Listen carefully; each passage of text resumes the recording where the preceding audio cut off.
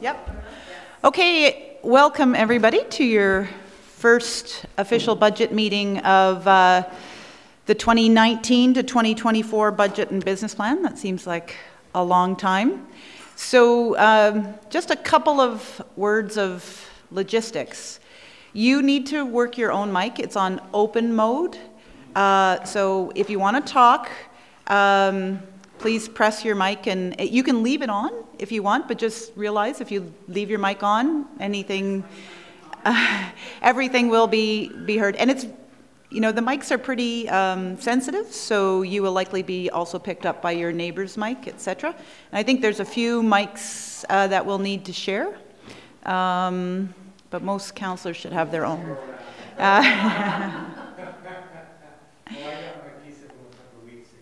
Okay. You should have also already picked up your budget binders, and my apologies that we didn't send out an email till end of the day yesterday about what we wanted you to prepare for. So hopefully you've had the opportunity to at least read tab 3, but I just thought I would also orient you to your binders. So most days there'll be a presentation or two, and so tab 1 is a tab that you can keep your presentations in, you can make notes on them, and then file them there. Your strategic plan, which is guiding and directing this whole business plan, is in tab 2. Tab 3 is the operational budget highlights, which we're going to be going through in detail today. Tab 4 isn't populated yet. That's the detailed operating budgets, and you'll get those next week, I believe. Is that correct? 20th. Okay. So we're still working on department narratives and getting all of those detailed department budget files complete, and you'll get those in advance of needing to walk through them. Tab 5, which is capital, will give you all the pages for that at the end of today. And tab 6 is also populated right now. That's the partners and affiliates tab. You do have 2 or 3 of those affiliate partners coming to the committee of the whole as delegations next week. So they'll be speaking to some of the information in those tabs at that committee of the whole presentation. There's also a tab with general information and policies, which has all your finance policies, the budget guidelines, etc. And those are things we expect that you're familiar with, but might want to reference throughout the Finance Committee meetings on budget. So please review those when you've got an opportunity. And then there's a tab for any other additional information that we collect over the coming month. Any questions on the binder? Okay, that's easy. So Rick has passed around some slides. Yes? Oh, sorry. Okay, thank you, Robin. And so because we're an official finance committee, we do have an official agenda that was posted on the website. And does everybody have a copy of that agenda or have seen it? I'm wondering if we can, it really just identifies 3 items that we're going to go through the budget overview. I'm just wondering if you can pull it up, Robin.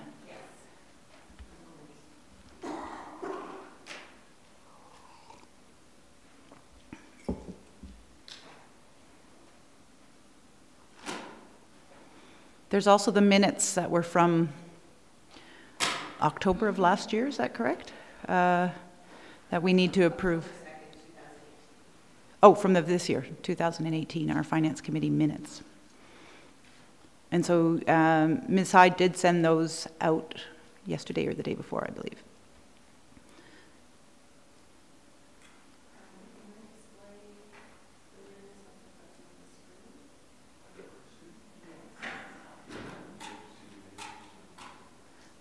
Are you connected to the display, Robin? No.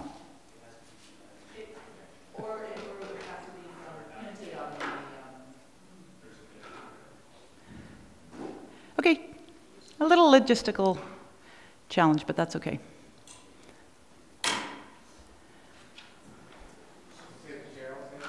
Yes.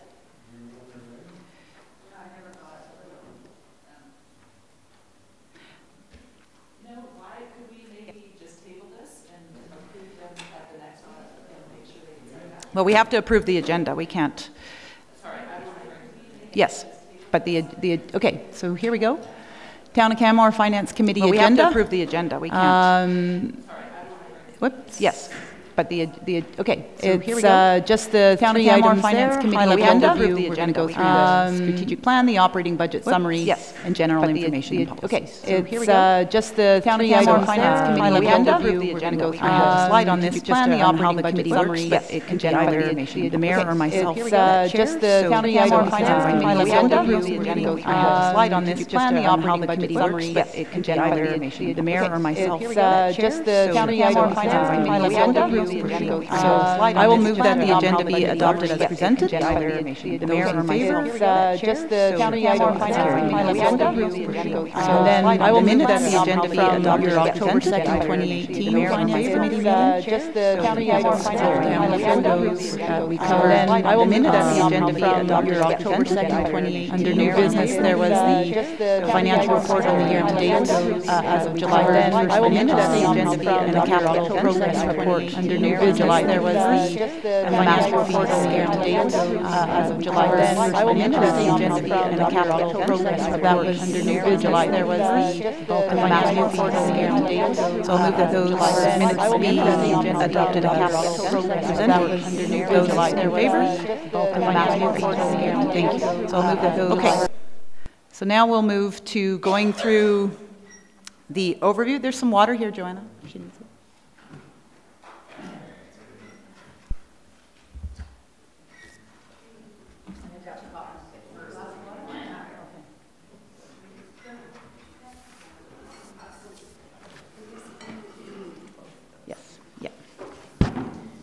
Okay, so for the rest of today, this is the agenda that we hope to follow to walk through the detailed budget overview. So we're going to talk about Finance Committee decision making. We're going to go through your budget guidelines and financial policy overview, strategic framework, talk about how the budget was developed, and then get into the operating overview. Therese Rogers will come up and speak to the new staffing resources overview that was also included in tab 3, and then we'll walk through the detailed 2019 and 2020 operating narrative. The intent of today is to stay high level. We're not going down deep into each department. There'll be a separate day where all the general managers will walk you through in detail the changes and decision points at each department level. So what is our committee decision-making process? You do have a bylaw. That Finance Committee bylaw is included in that General Informations tab. But the purpose of this committee, which was initially established really for budget for this purpose, it's grown, but it's to assist council in fulfilling your financial oversight responsibilities. So even though it includes all of council, you know, this is the time when you're expected to delve deep into the financial responsibilities. To demonstrate fiscal and responsibility in an open, public, and transparent manner. Here we are.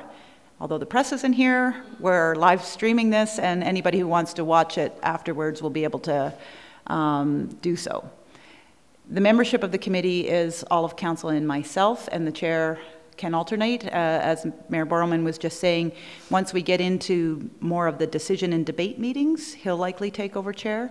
The format that we set up this way allows for more free flow dialogue. So the idea is you don't, while we might get you to raise your hand, you don't necessarily have to wait to be acknowledged through the chair, etc.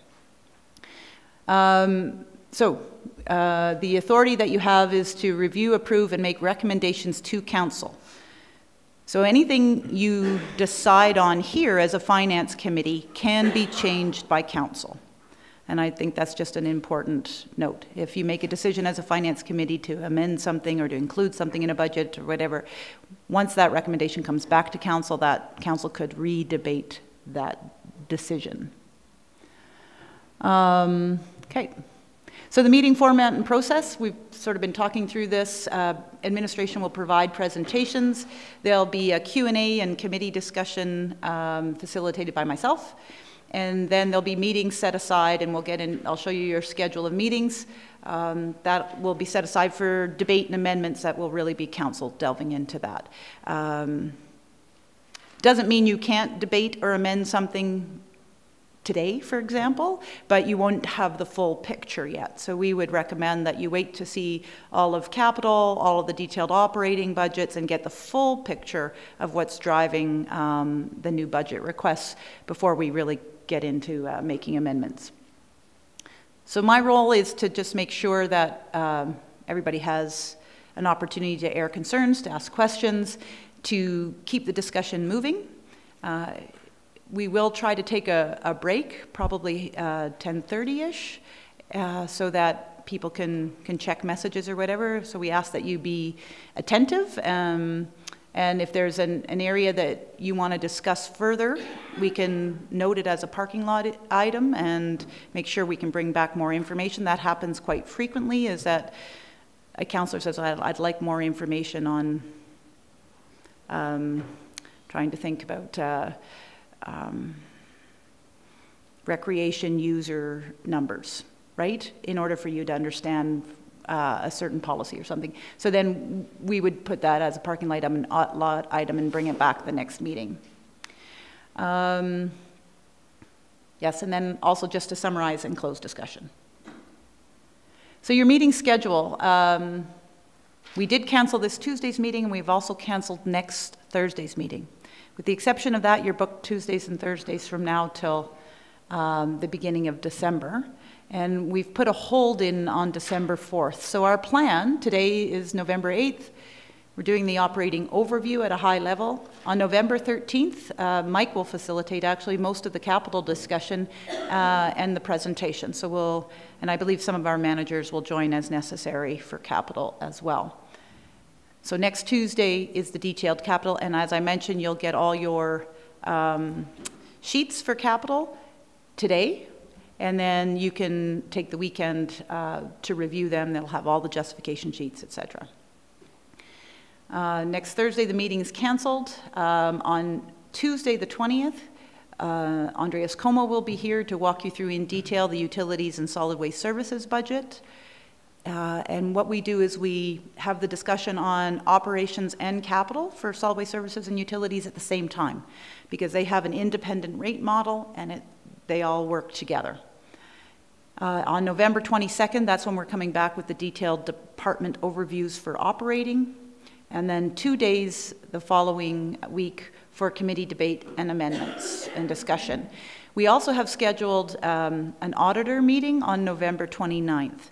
So council has the opportunity to meet with the auditor pre-budget delivery to have a discussion around, you know, expectations for, sorry, pre-audit, not pre-budget delivery, pre-audit. And the audit gets started pretty much right after the end of the year.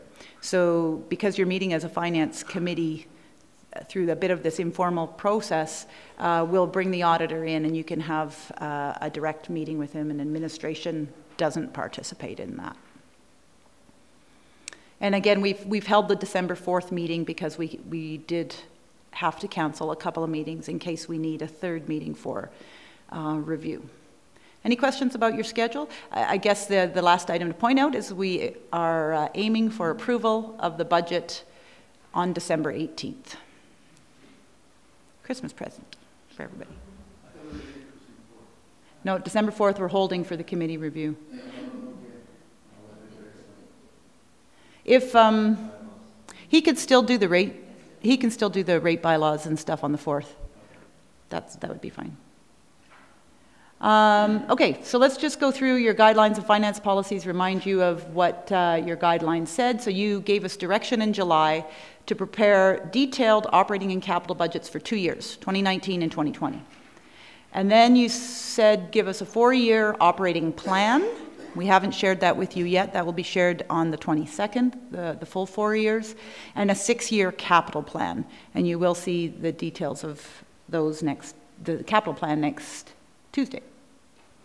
So this is what was to be included in the budget: corporate contingency for 2020, support for strategic priorities, alignment with your financial policies, gave us direction to increase the asset and rehab replacement reserve contribution by $200,000. We're going to talk quite a bit about that.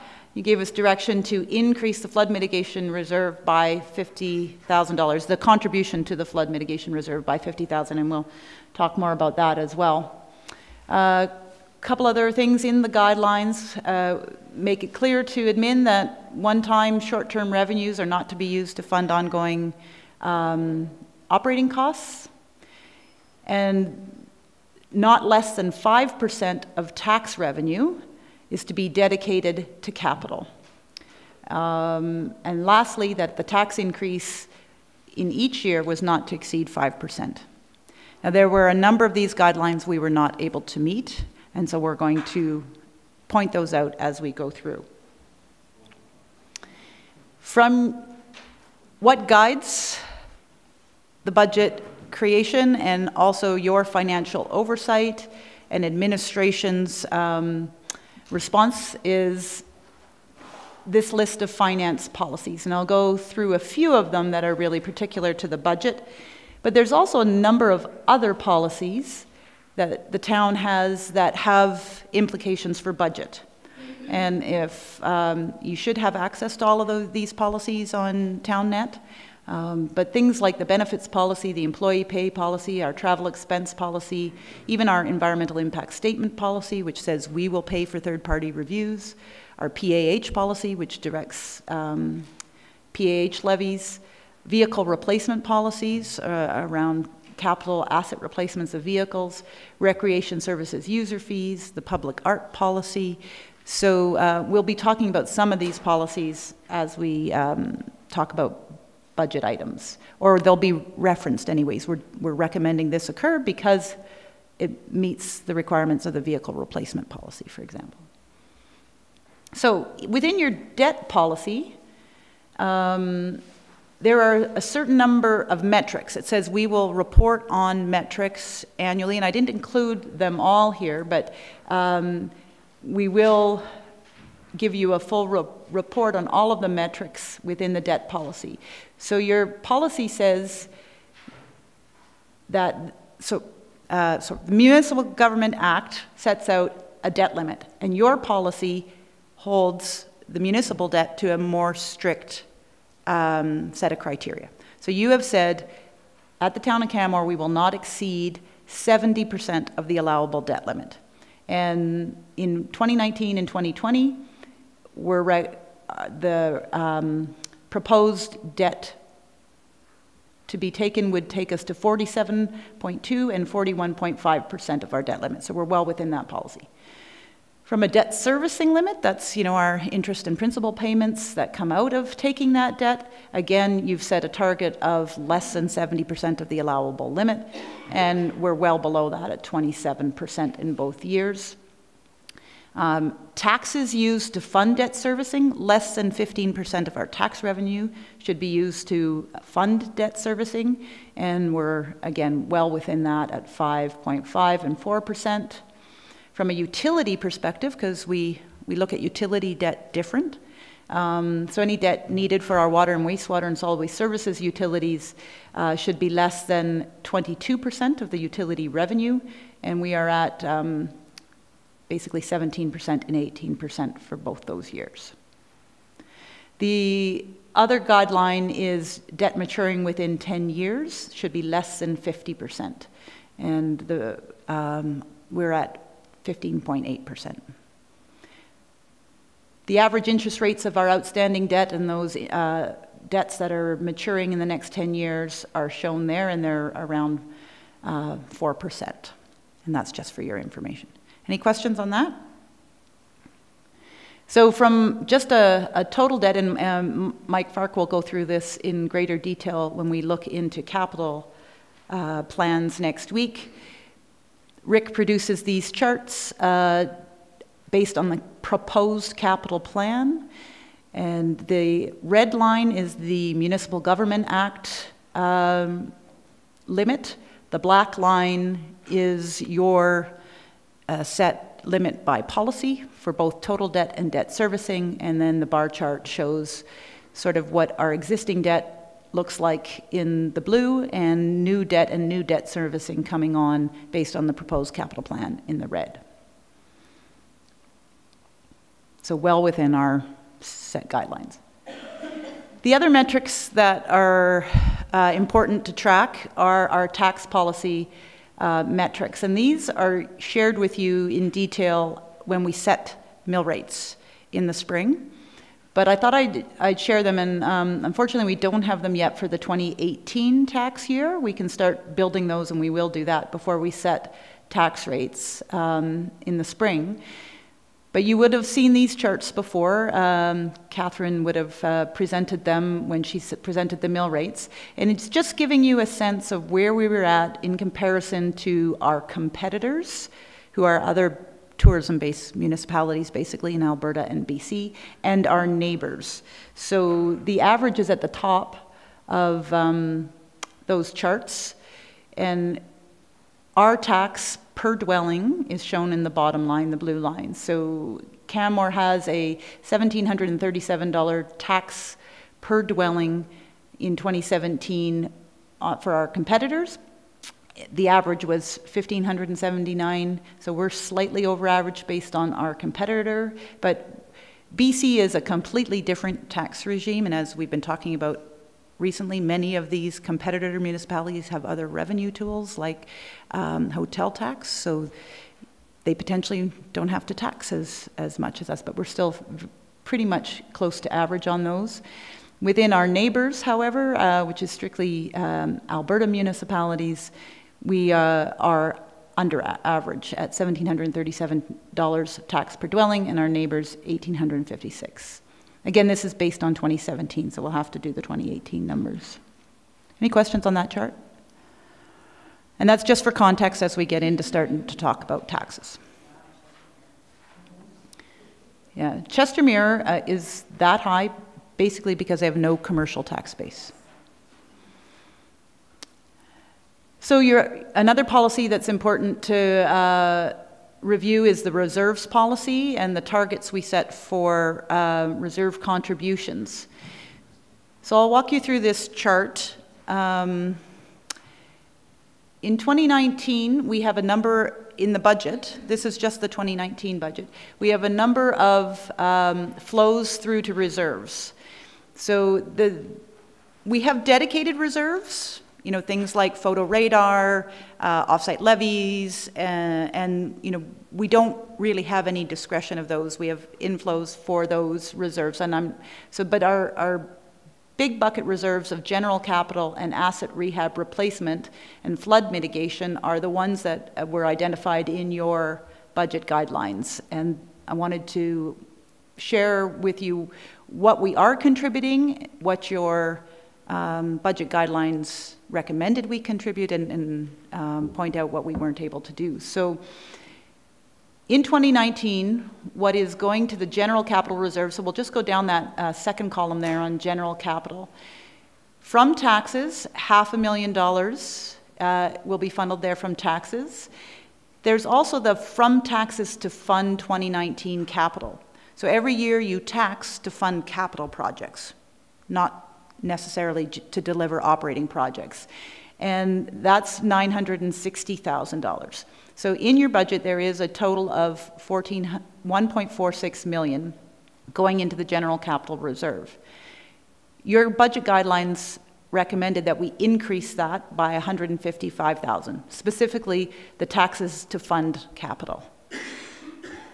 The budget we're proposing for you today, we were not able to make that meet that guideline. And again, we'll talk about why in a few minutes. Moving on to the next column then, the asset rehab and replacement reserve. As some of you will recall, we just developed that reserve recently once we hired an asset manager and started to do more detailed focus on asset management.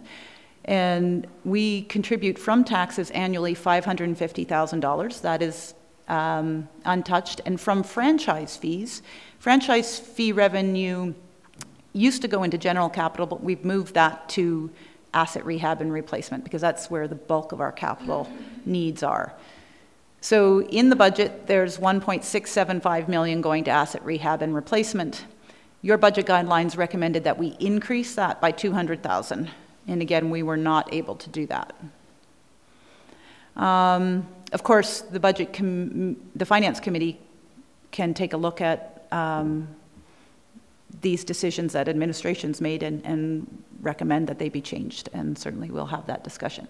And then the flood mitigation reserve, we've been putting $100,000 into the reserve from taxes for a number of years now. It was recommended that that increase by another $50,000, and we were not able to do that. So the total going to those three reserves in your 2019 budget are $3.235 million. Most of those reserves also have significant draws on them to do capital projects. And again, Mike will walk you through that next week. So that's just sort of setting the stage. So moving into your strategic framework, tab 2 has your strategic plan. Can Yes? I just ask a question? Going back to the reserve policy. We used to only have a general capital reserve, right? Yes. And then we split it out at asset rehab, replacement, and flood mitigation. So now we're contributing $3,235,000 to what used to be a general capital reserve, but we split it out into three. Yes. What did our general capital reserve contribution used to be before we added those two components? Wasn't it in the 850,000? Well, we've been doing range? this probably for 4 or 5 years now. I don't so think we've had the split of. It'd be 650 for the taxes and the Fortis franchise fees. Oh, okay. The flood mitigation was brand new, Right. and then the asset management of 200,000 started. Yeah. a few years ago. But the close to $1 million that goes to fund capital has always been yes, there. yes, and that too, yes. That too. From the So 960. if 960. yeah, so the franchise fees always went into general capital. From taxes, there was 650. 650 would have gone from taxes, and then there was around $1 million funding capital. Okay. I remember 850 for some reason. We reduced it for several budgets. We actually clawed back, and we've been bumping that contribution to capital. Your budget guidelines recommend that it should be 5% of the previous year's tax revenue. So 5% of 2018's tax revenue would be $1.115 million, and that would have been an additional $155,000 to the 960. And those franchise fees have always been going into that, so. Right. Those are the Fortis franchise fees. The ATCO franchise fees go into general revenues to fund operating. But the Fortis franchise fees, because when the town buried the downtown power lines, there was debt taken to do that. And the debt repayment has essentially been funded by this transfer to reserve. Okay. So I'm just trying to think, we're not seriously underfunding capital because now we have it broken out into several different kinds of capital? Well, you know, if you recall the long-term financial strategy that was presented, and if we look at, as we get into the strategic alignment, we're going to see a list of all of our plans. So if we want to undertake all of our plans, we need significant revenues in capital to be able to do that. And again, we'll go through that in detail on Tuesday. Okay, thank you. So I won't go through this. I think you know your strategic plan. You understand what priorities you told administration to build into the plan. Just want to assure you that we've done that. We've also looked at those pillars of financial stewardship, human resources, and community engagement, and you'll see some of those issues coming out through the budget as well. But also, in addition to your strategic plans, and I just honestly did a bit of a brain dump in 2 minutes yesterday, there's probably several more that I missed. But from a master plan and strategies that are active and being managed by administration and being, you know, advanced through your budget, this is a list, you know, integrated transportation plan, utilities master plan, recreation master plan, community social development strategy, our environmental sustainable action plan, fire rescue master plan, open space and trails plan, comprehensive housing action plan, waste management action plan, our long-term financial strategy, our building condition assessment, our spatial needs studies, the human wildlife coexistence report and human use management report. All have been adopted for planning purposes. All are guiding administration in how we prepare our budgets. Just to put that out there for context as we try to, and what the long-term financial strategy did, and the asset management plan is doing as well, is looking at all of these plans and saying, okay, if we wanted to deliver on each of these, what kind of funding would we need? Much of that is in capital, and we'll talk about it next Tuesday. So how did we develop the budget? So we took a look at your strategic framework and those master plans, and the department teams created business plans and budgets to align with that. And then we met as a management team, and we presented the very first blush. Everybody kind of put in their requests in a vacuum, right? They understand that strategic framework and all of those plans, and they put in their budget requests. And I think at that time, we had a 17% proposed tax increase. So we met as a group, and we started to talk about priorities and shifting, you know, what's a must-do, what's a can-wait. And then managers went back and refined their budgets and presented a second draft. And that was the real draft we started to work with as a corporate strategic team. And we've met probably half a dozen times now as a CST to make further adjustments to try to bring the budget down within the budget guidelines and a capital funding envelope. That, again, you'll hear more about next week. And we also try to incorporate our GFOA, which is the Government Finance Officers Association best practices. And Catherine's always gone through this list in some way, shape, or form. So I grabbed her slides and created a top 10. What are the GFOA best practices for budgeting? And the first is that your budget complements and supports your long-range plans. So I think you can take confidence that it will do that. The budget should highlight key issues and decisions, and we're going to identify a number of those for you as we go through the budget. The deliberations should be done in public. Here we are. Yay. Public input should be incorporated into your budget preparation, and preferably at the front end through strategic planning and service level discussions.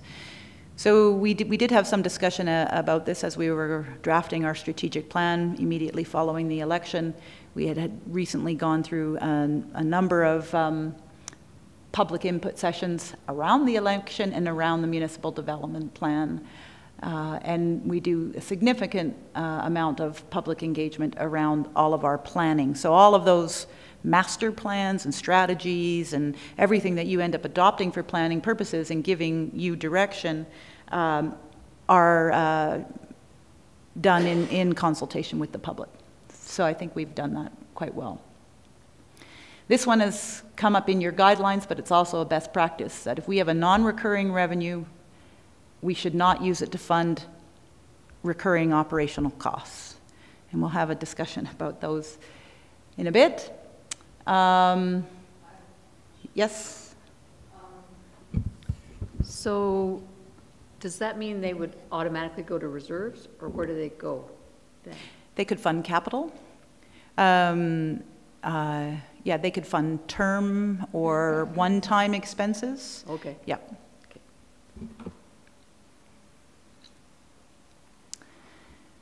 Number 6 is that your financial sustainability should be supported by financial policies. And, you know, that's why I walked through all your policies. I think you've got a good policy framework. That's certainly one of the legacies that Catherine Van Kaimpima left as she got that policy house in order.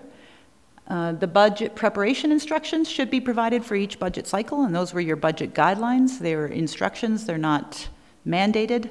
So as I've already mentioned, there are some of those guidelines we couldn't meet, and we'll talk about those. There should be performance benchmarks to monitor deliverables. We've talked about some of those benchmarks already earlier on the tax per dwelling and on the debt piece. There's other benchmarks for total reserves, etc. Capital planning should be linked to funding envelopes and asset management processes, and we'll talk about that on Tuesday. And lastly, your budget should be readable and understandable for a broad audience. And that's one of the things we aim to do in the budget, is you can look at numbers, you can read charts, and you can actually read a narrative. So hopefully it can be followed by all people who want to understand the process. Okay, so that's basically the background.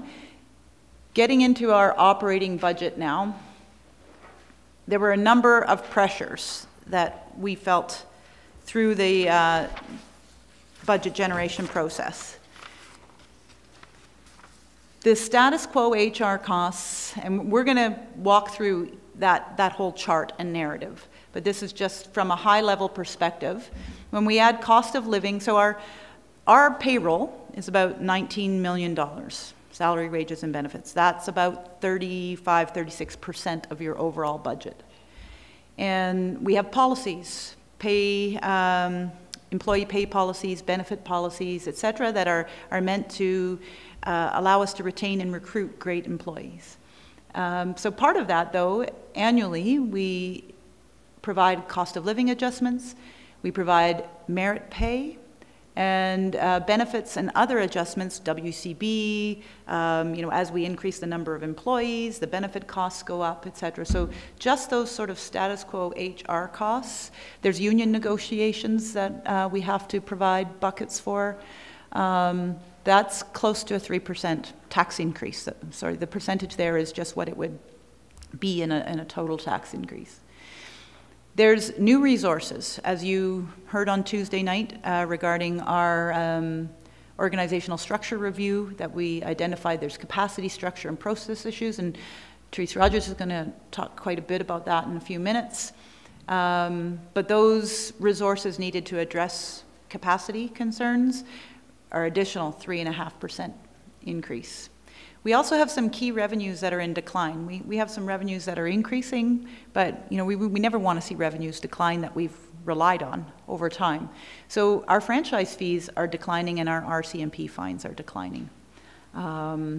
That results in a drop in revenue, which then has to result in an increase in taxes. We also have uncontrollable third-party cost increases in transit, insurance, and some of our affiliate partners. That's resulting in a smaller increase of around $230,000, which is exactly equivalent to 1%. So this year, $230,000 is equivalent to 1% tax increase. And a big one, 2% tax increase immediately off the hop due to debt servicing for the rec center lifecycle maintenance project.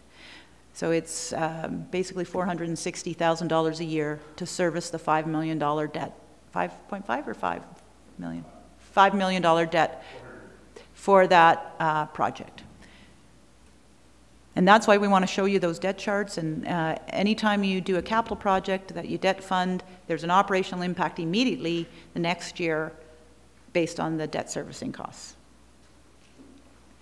So some of the strategies that we employed to manage within your budget guidelines and deal with those pressures.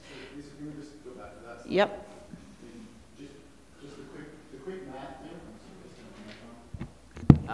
Just the quick math there, the pressures just to bring a status quo budget is almost 10% right there. Right? So just to give council an understanding of some of the challenges that we're grappling with, you add that all up, and that's before we start to talk about some of the other things, other growth pressures that the town has. Yeah. Is it over 10? 2, yeah. 5, 6, 7, 8, yeah. 9, 10. Yeah.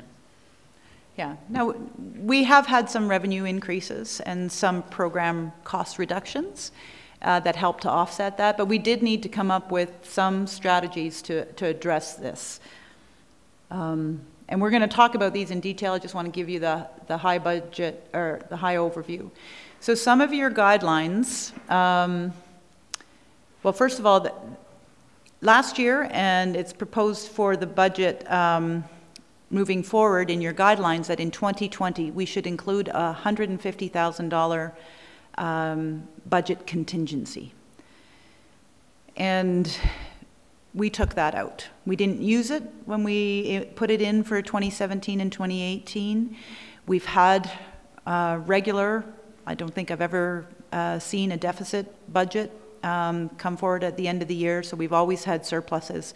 So we are saying we do not need a budget contingency to be included. We've not increased the transfers to reserves. So that's that slide I went through. There was a recommendation that we increase the transfer to capital. We increase the transfer to capital that's funding, or sorry, tax revenue that's funding capital projects, and flood and asset maintenance as well. So we did not do that. And sorry, the third one there is the increase to tax funding of capital. Salary slippage. So every year we budget as if 100% of our employees are here and occupying their positions. Reality shows us that we have turnover. Our manager of finance just left us. We're putting some people in acting positions and backfilling those positions, but we won't have a new manager of finance probably until the new year. And so we have that gap in salary. And if we look at our 5-year average of that, it's significant. We've always been budgeting around 200 or so, 250,000. It's bumped from year to year, but as we grow, we have more positions, we have more turnover. So we're being a bit aggressive in how we're budgeting salary slippage this year at $500,000. We'll talk a little bit more about that later, but that's one of the strategies. Suspension of the art trust. So you have a public art policy that says annually $3 per capita will go to the public art trust. It's a reserve fund to fund public art. It's actually quite a small amount. It ends up being $54,000 a year. When we looked at the public art planning, their reserve was actually growing quite substantially, and they didn't have a plan to draw down that reserve over the 5-year plan. So a 1-year suspension we felt was manageable and could help bring taxes down. Lisa, can I just, Sally, you sorry, want to can I talk just to speak that? to that? Yeah, unfortunately, they actually do have a plan. They didn't put it in the budget, which was a staff miss. But despite that, a 1-year drawdown does not dramatically affect the plan. It allows things to continue at a pace that I frankly feel is more sustainable given staff and workload. So they do, I just want council to know they do have a plan, and it's my opinion that stopping this for 1 year does not dramatically impact that plan or their ability to deliver. So. We also took a look at the workload in the planning department. Much of our surpluses over the last few years have been due to planning fees. And we have recommended in the last couple of years that some of that planning surplus go to the operating reserve to continue to fund term positions in planning. What often happens is the revenue comes in at the start of a development process, for example, and the workload lasts for the next year or two. So there's a lag in the workload associated with the revenue. So we are going to be recommending, and Therese will walk you through this a little bit more detail, that we continue to fund some term positions from that revenue. Did you want to add to that, Mike? No. Okay.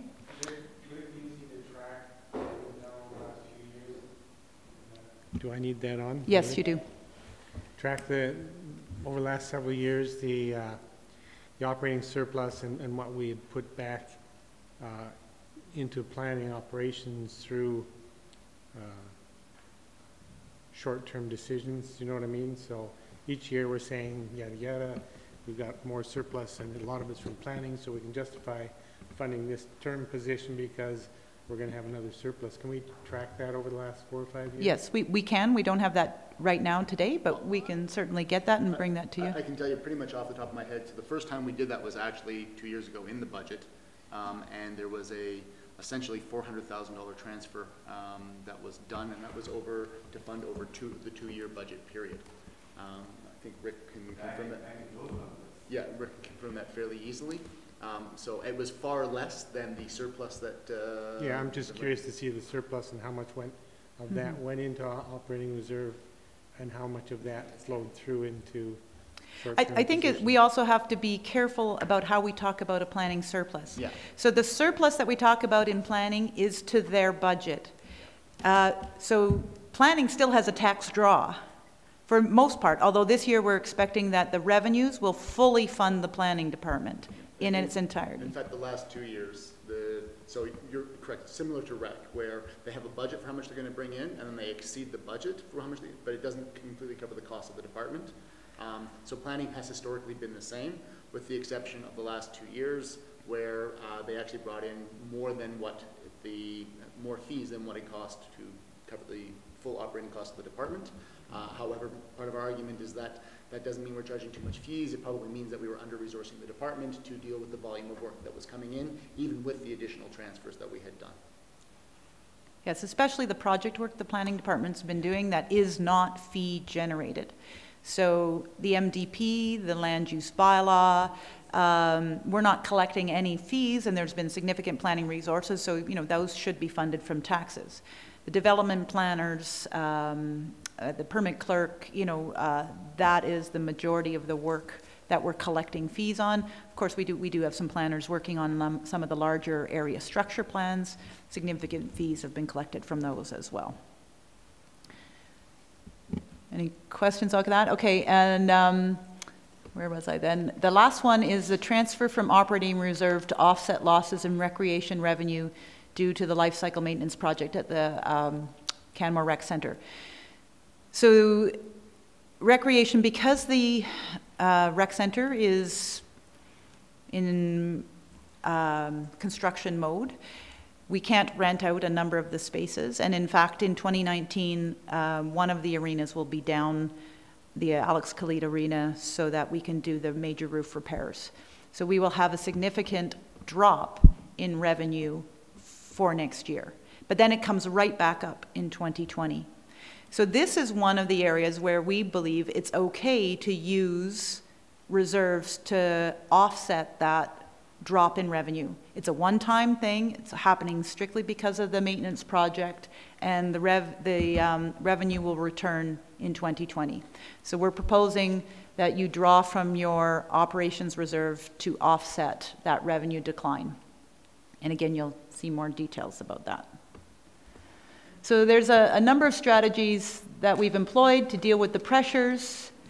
This is the first page of your tab 3 in your binder, and I just thought we could quickly walk through that, and then so this includes utilities and solid waste services. This is the all-in budget.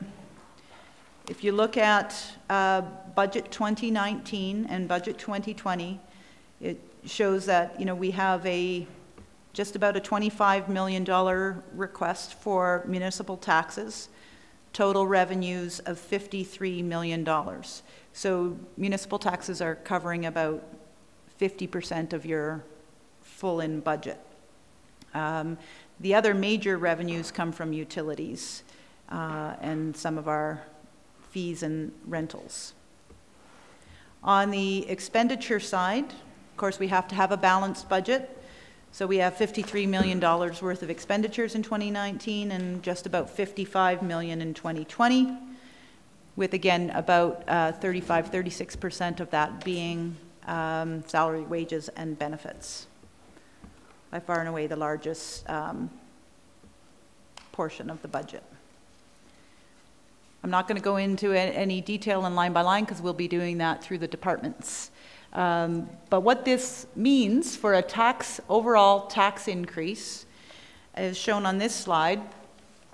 So we have in 2019 a total increase of taxation without growth. So and sometimes I get this backwards.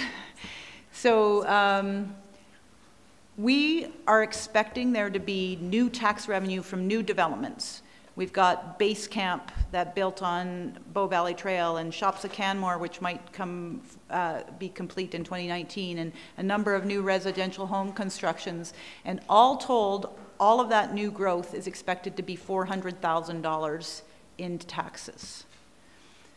So when we're talking about the tax revenue increase, we like to net that out, because that's not an impact on our existing taxpayers.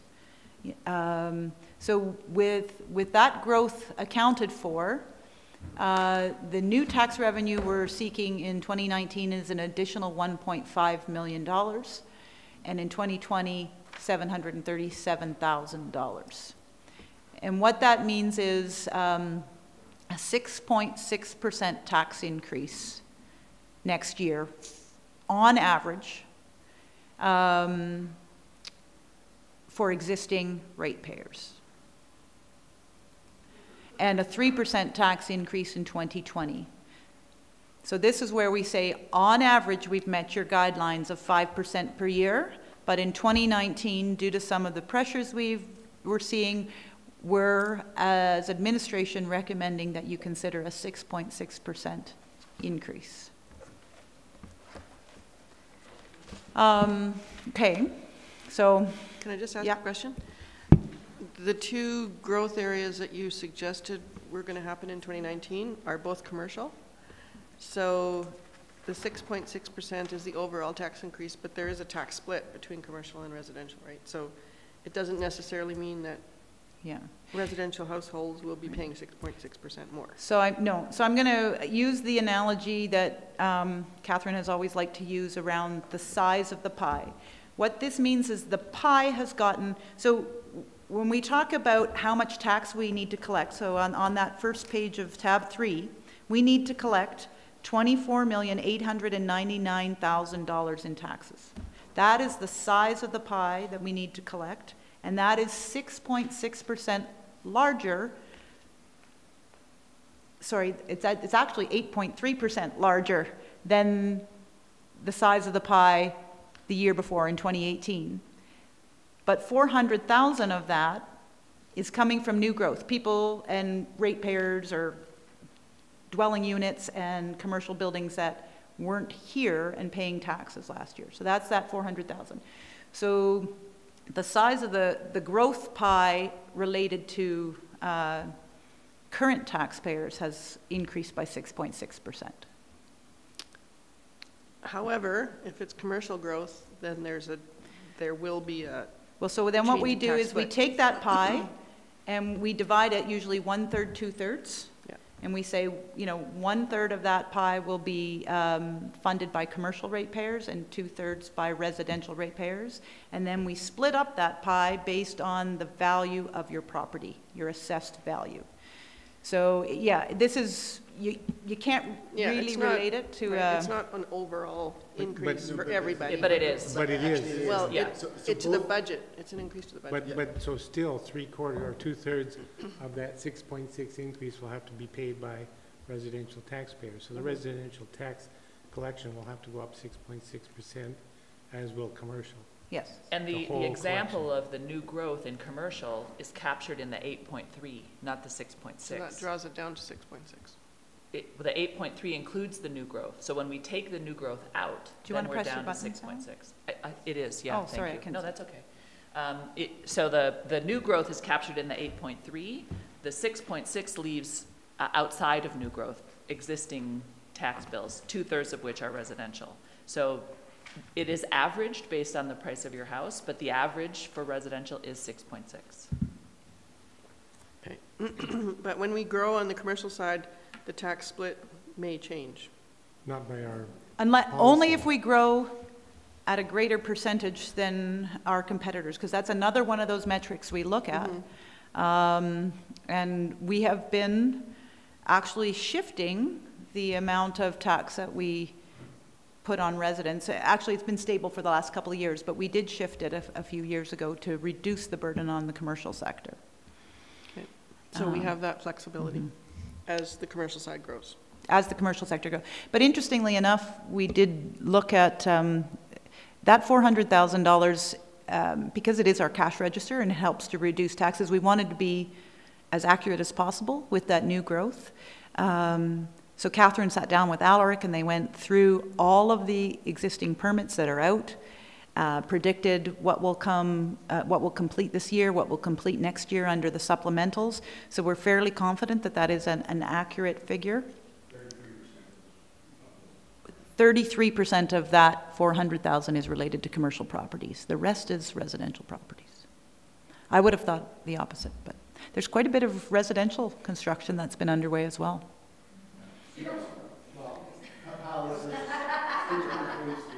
Yeah. Yeah, the Northview REIT development, for example. Yeah. Okay, and I think Therese, you're next. So I'm going to hand it over to Therese to walk us through the staffing.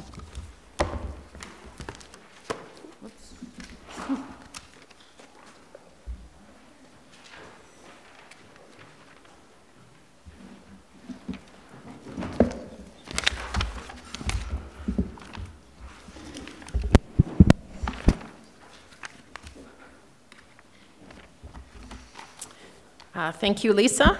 I'll just give a high-level overview of the approach we took with the staffing requests that you will see within the budget. And on November 22nd, Mike, Sally, and I will review all of those requests in more detail when we do the operating budget overview. Okay. Canmore remains an exceptional community in which to live and work, with a full spectrum of services which are provided to our residents and our visitors alike.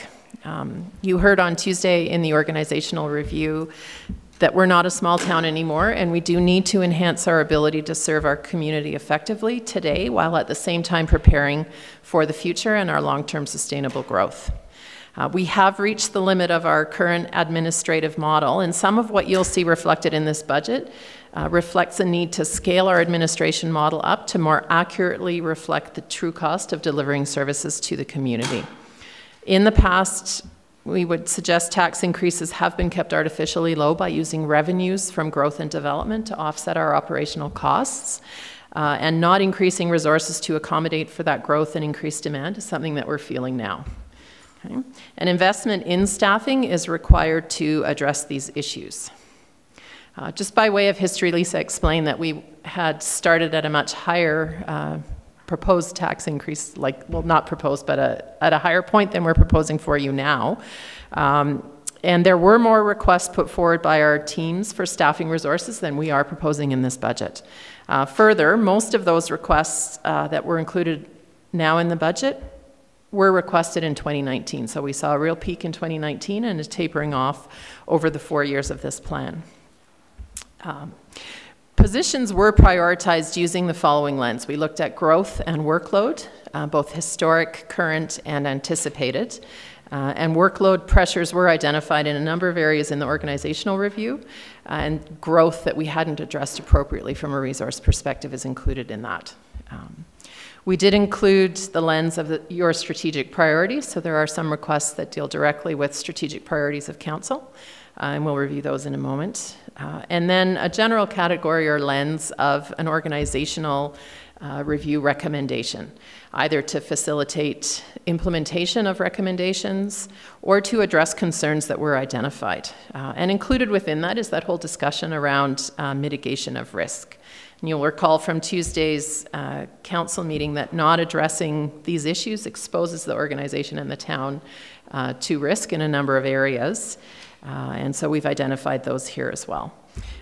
Just again to give an overview, if you'd like to turn to page 17 of tab 3, we have a chart just outlining our current staffing requests. Yeah, I don't. Oh yeah, we can do it this way. Thank you. Yeah, she's already done it. Perfect. Let me move the screen. Thanks. Oh, do I have to turn it?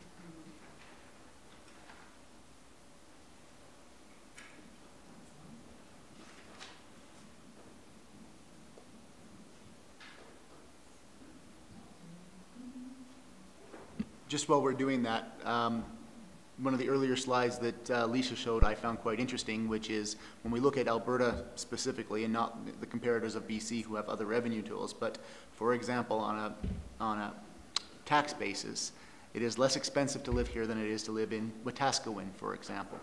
And if you look at the amenities and the services and stuff that you have in this community, probably relative to our other Alberta competitors, I think that that is a telling indicator right there. And the fact that we have this tourism economy that requires us to provide services and infrastructure to service that in addition to our residents, whereas someplace like, I'm not knocking Wetaskiwin in any way, but they have a different economy that has different requirements. So I think that that's something to bear in mind, is when we're talking about the fact that we have kept taxes artificially low over a period of time and now we're dealing with the consequence of that, you see that when you're looking at the comparators and the pressures on this economy versus the pressure on other economies. So you'll see on the chart that we have presented here, we've actually broken these requests into two sections. The top half of the page represents full-time increases to staffing with a couple of caveats. If we look at the planning resources, the land use enforcement and junior planner, Lisa referred to those earlier as funded from reserve, and addressing really those workload pressures that are directly related to these increased revenues. So we are proposing that we continue with several of the term positions that we currently have in place to directly address workload. Further, we're proposing a change to our current sustainability coordinator position. You may recall that position is half-time sustainability coordinator and a half-time planner. And in response to several of your strategic priorities which deal with wildlife and also with the environment, we are proposing that we separate that position and dedicate full-time resources to that sustainability portfolio. However, we still need the planning resources to deal with the workload that we have in that area. Okay. The remaining positions address those issues that I identified, either growth or workload, or implementation of organizational review recommendations, which also impact growth and workload. And what we'll see as we talk about these in more detail on the 22nd is that these positions often address more than one of those areas. And so you'll hear more about that detail later.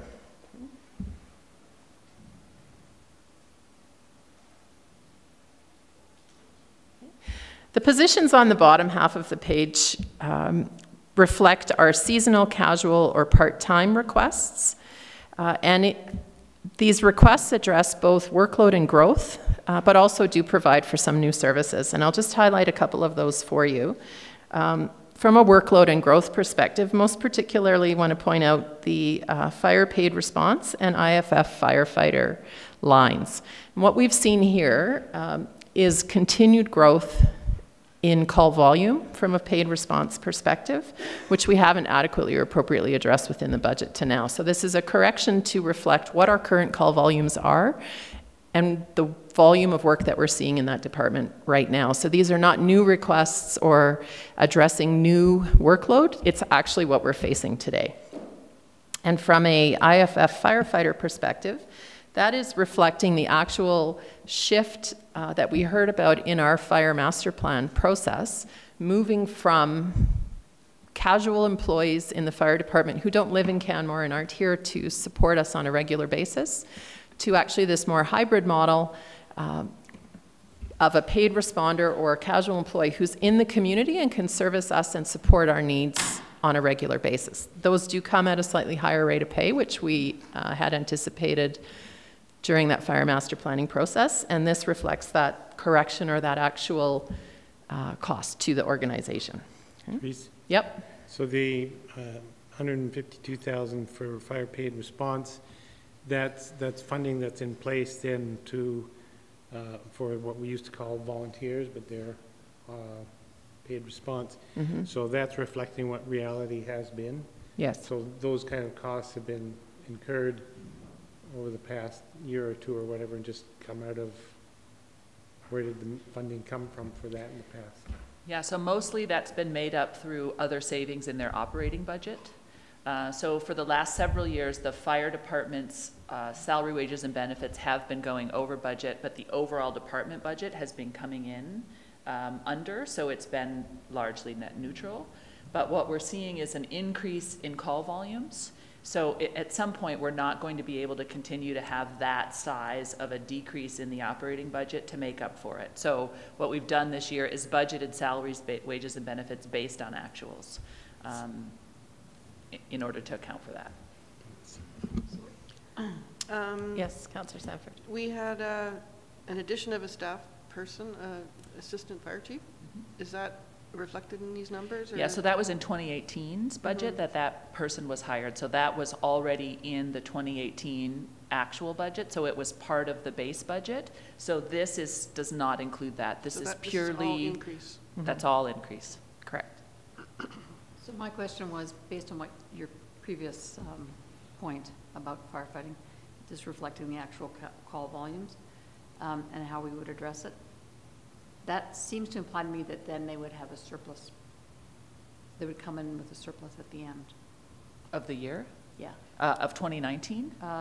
Yes. Based on this? Yeah. So I think because of changes in the fire department in terms of both the new chief and the deputy chief, I don't actually anticipate that they will do that. So what's been happening when we didn't have, for a long time, we didn't have a full complement of firefighters because of injuries and other things, and we had just the chief, not a deputy chief. So a lot of where there was surplus was in training. Since the hiring of the new chief and the bringing in of the deputy chief, the training program has actually been brought up to the standard to where it should be. So no, we don't anticipate, we're not budgeting, assuming there will be a surplus. Okay, thank you. I'll just point out the solid waste services operator requests for waste operation. In 2019, we have a request for an additional position, which is really dealing with growth. And again, the actual volumes of waste and recycling that team is managing on a daily basis. So we require additional resources to continue to appropriately service what we're seeing today. In 2020 and 2021, the positions that are being proposed are again to respond to a council strategic priority around organics. And you'll see next week at the Committee of the Whole a presentation from Andreas and Simon about the research that they've been completing around organics. But I just wanted to draw your attention to that is a strategic priority request to address a new program. We will talk about peak staffing. We can talk a bit more about that today if we want to. Sally, did you want to take that, or do you want me to do that? Sure. Yeah, no, I can. Feel free to jump in, though, Therese. Okay. So peak staffing is something, for those of you who are on council when the fire master plan was approved may remember this. The consultant suggested one of the times when we were really having difficulty getting out of the hall in a quick time is in the summer when it's very busy in town. So as a reminder, there's always 2 firefighters available at the hall. If there is a motor vehicle or a fire call, we have to wait till there's 4 before a truck runs. And so in order to get 4, people have to come from wherever they are in town and get to the hall, and then the truck runs. And in the summer, we tend to have more calls because town is busier, and it can be difficult for people to get to the hall because there's more traffic. So what the fire master plan had suggested was that for June, July, and August, we actually pay people to work so that there's 4 people in the hall at all times. Because of the budget pressures this year, that we felt that we could not afford to do 4 in the hall for 24 hours. So the fire chief looked at call volumes and shoot times and found that there's 10 hours in the day, which tends to be the hours that people are up and about, that we have those significant issues of people getting to the hall. Interestingly, the number of fire calls are almost the same in the morning and at night. The call volume doesn't change at night. What changes at night is that people can get to the hall faster because there's not a lot of traffic. So this proposal is for 4 people in the hall from about 8 or 9 a.m. to about 6 or 7 p.m. for 10 hours when there's the most traffic in town. And then in the nights, they would go back to just 2 in the hall and rely on paid responders to come to the hall. So this amount looks at the increase to staffing to have 2 people be at the hall for 3 months for 10-hour shift. And then we'll need to keep, and then there's a decrease in the number of call-outs right? So there's a bit of a savings by having those, but then we need to keep the call-outs for the nighttime, right? So anyway, it's a bit of an in and an out and an in, but that amount, the 92,000, is what we believe we would need to have 4 people in the hall for June, July, and August during the daytime. And then they would be able to roll immediately when there's a call. Sally? Uh-huh. Just a question on the community peace officers. So we're not budgeting for additional resources there for another couple of years. And yet we know there's been challenges this year. Yeah. Yeah, so we definitely wanted to show that to council. It may be something you could put back in. And this is just the reality. When we looked at all the asks and all the needs in the organization and where the priorities are, I mean, I agree completely. I encouraged and told Bylaw to put this position request in. I believe they need it. But can I justify Bylaw over an IT manager or over a GM of corporate services? You know, the reality is when we had to make choices and figure out what budget we could comfortably bring to council, we couldn't put everything that we know we need in. So if council believes we need Bylaw and wants to add that, it's certainly within your purview in this budget to add it. But administration put it in where we were comfortable with what we were bringing as a whole package to council. That does not mean we don't believe we need it. We know we do. But the same could be said for lots of other positions on the list. And I would add that there's seasonal staff that have been increased in 2019. And as well, we know that in 2018, we did have staff shortages due to some resignations and leaves. So, you know, fingers crossed, if we have a full complement and we increase our seasonal Bylaw staff, that we'll able to deliver on the responsibilities of that department in 2019. So if we'd been able to operate through this summer, particularly with full complement, we might have found less concern voiced in the community about Bylaw response? I think there's 2 issues around Bylaw response. One is staffing, but the other is approach. And so we are working right now with Bylaw a bit on approach. So I think that will change in the next year, but the number of staff are the number of staff we have. And so, you know, right now you'll see in your COW report next week, there were 2 weekends in October where there were no Bylaw staff available because of training, vacation, and illness. So when one person resigns and we're down, and then something happens, that it is a very short-staffed team. So when there's nobody available, or even only one person available, you know, they can only handle 1 call at a time. So it sort of depends on what you're asking about. If you're asking about philosophical approach, we can manage that no matter how many staff we have. If you're asking about boots on the ground and ability to respond on a busy Sunday to multiple things happening, we will continue to be constrained. I was really just ruminating on the fact that if we'd been at full staff throughout the whole year, Bylaw's effectiveness might have been different. I would agree with that.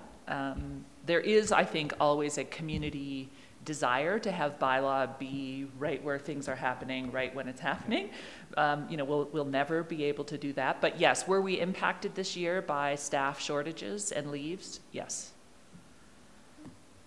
Both of these examples actually speak to, I think, the creativity and innovation that our managers took in approaching their requests and recognizing that we would be unable to fulfill all of the requests that we had identified that we needed. And so as Sally spoke to, for peak staffing, the ideal would have been 24 hours a day staffing for those shifts. Recognizing that we couldn't fund that, the fire department came up with a creative way to say, how can we still impact service in a more manageable way? And from a Bylaw perspective, it's a little bit the same. Increasing the length of the term of our new summer positions provides some additional coverage during the period that we are busiest. It doesn't meet what we'd recommended or requested initially, but it gets us a bit of the way there. Great, thank you. Yes. How many of these line items in 2019 carry forward to 2020? So you start doing something in 2019, but then it becomes part of the budget, right? That's correct. Yeah. And it's not necessarily, it's an increase from the previous year's budget, but you've already bumped this year's budget, 2019's budget up to by $1.2 million, and then adding another $300,000. Yeah. year over year. But some of these things don't carry forward, like this. These would all carry forward. The only ones that are different would be the planning positions, where we're suggesting those would occur for 2 years, and then we would need to reevaluate what our current workload is at that time and determine if we need to do something additionally. But the positions we're proposing would form part of the base budget. The CRC Oh, yes, and one the doesn't carry- CRC one, which comes from tax stabilization, that is directly related to the rec center project, and when that project is over, that support would be over as well. But the rest of those positions we're proposing would be permanent additions. So some of these things carry forward, but some are discretionary in the following year because they get reevaluated? Most of them carry forward. And that Yeah. sustainability coordinator and the planner, does that get carried forward? Yes, year that over would be year? a permanent change. Yeah. And that's, currently you have one person doing that job, so Right. you're going to bump it up by one full FTE? That's correct, and attach full resources to each of those portfolios. So not exactly. Currently, we have one position in planning that is 50% allocated to sustainability and 50% allocated to planning. And the reality is that that's not sufficient capacity for either. So 2 of council's 6 priorities on the next 4 years are around environment and wildlife. So the proposal is to take the one position that is currently split and create one position that is actually full-time on sustainability and environment, and then take the half of that position and add another half to have a full-time planning position. Yeah, so you're taking one FTE, creating Making 2 two. FTE. 2 FTEs, Yes. that's right. But each one has a full-time. That's right, each Correct. one is dedicated, that's right. Yeah. Okay. So would that planning position be at the same value of the $89,000? Is that how that works? Because you've got 2 planners in there for 89. That's Each? right. So those are the term positions that we're proposing. And so they come with a different cost and they're at a different scale than the full-time positions. So you're proposing a higher value for that other planner, that Yes. new FTE Yes. planner? You really have to add those next 2 lines, the 70 plus 70 gets you 1 more FTE. That's right. Okay. So that 70,000 in each line represents a half person addition. Yeah. Yes. So the true cost of the additional, call it, full-time position in planning is 140, and the true cost of the 2 term positions is 90 each. Oh, okay, so you're not proposing to bring a new planner in at the term position rate, No. Correct. but at the At the senior full-time? planner rate, yeah. Okay. Yes. Okay, thank you for that. All right, then if we turn to page 18 of that same tab. What you see represented here are some requests that we had received that we were unable to fit into this 4-year cycle. Not because they're not important, but again, we were just unable, from a tax perspective, to fit all of those in. As Sally had indicated, council certainly has the option to make recommendations to what we've proposed, either by recommending a change to the years that we have proposed a position, or by including a position that we at this point have not been able to fit into that budget. So I just wanted to draw your attention to those positions. Therese? Yes. The finance customer service rep seasonal, is that for tax time? Yes. Okay, Yeah, that would be looking at having a student to assist us during our busy tax time. okay, thank you. Yeah. Okay. Just one more point. Oh, sorry, go ahead. So just on that page, the staffing not included, the paid response fire, that budget would be to increase the existing budget. So on the previous page, we're adding 152 to reflect actual call volumes. What would that budget on the next page do? This would represent an increase to the rate of pay that we pay our paid responders when they're actually responding to a call. And we're starting to see a shift in that paid response industry, or volunteer, the old volunteer industry, to addressing those rates of pay. There is inequity between firefighters that are within the union and firefighters that are paid responders. And we're trying to address that at the response level with this type of a recommendation. Great, thank you. Okay. So just one more point around shifting resources. Some of these positions do have additional associated costs connected with them. And so if there is a proposal to move something around or to bring in a position that we currently haven't got in the budget, we may need to do some work around that. For example, the peace officer position, what we've represented here in this section is the salary and benefits for that position, but there is associated legislated training that's required and also some uniform costs. So we may need to do some additional costing if recommendations are made to change any of these, just so that you understand the true cost reflected in making a change to a position. I can speak to the RCMP. We did have, and Sally, maybe you can help me out, we did have some requests over the course of this 4-year budget from our RCMP staff sergeant. Many members of council had joined me at AUMA for a discussion with the province and our provincial representatives for RCMP around what staffing looks like. And I think this is something that we're going to need to monitor as we move forward. Some of it is service level driven.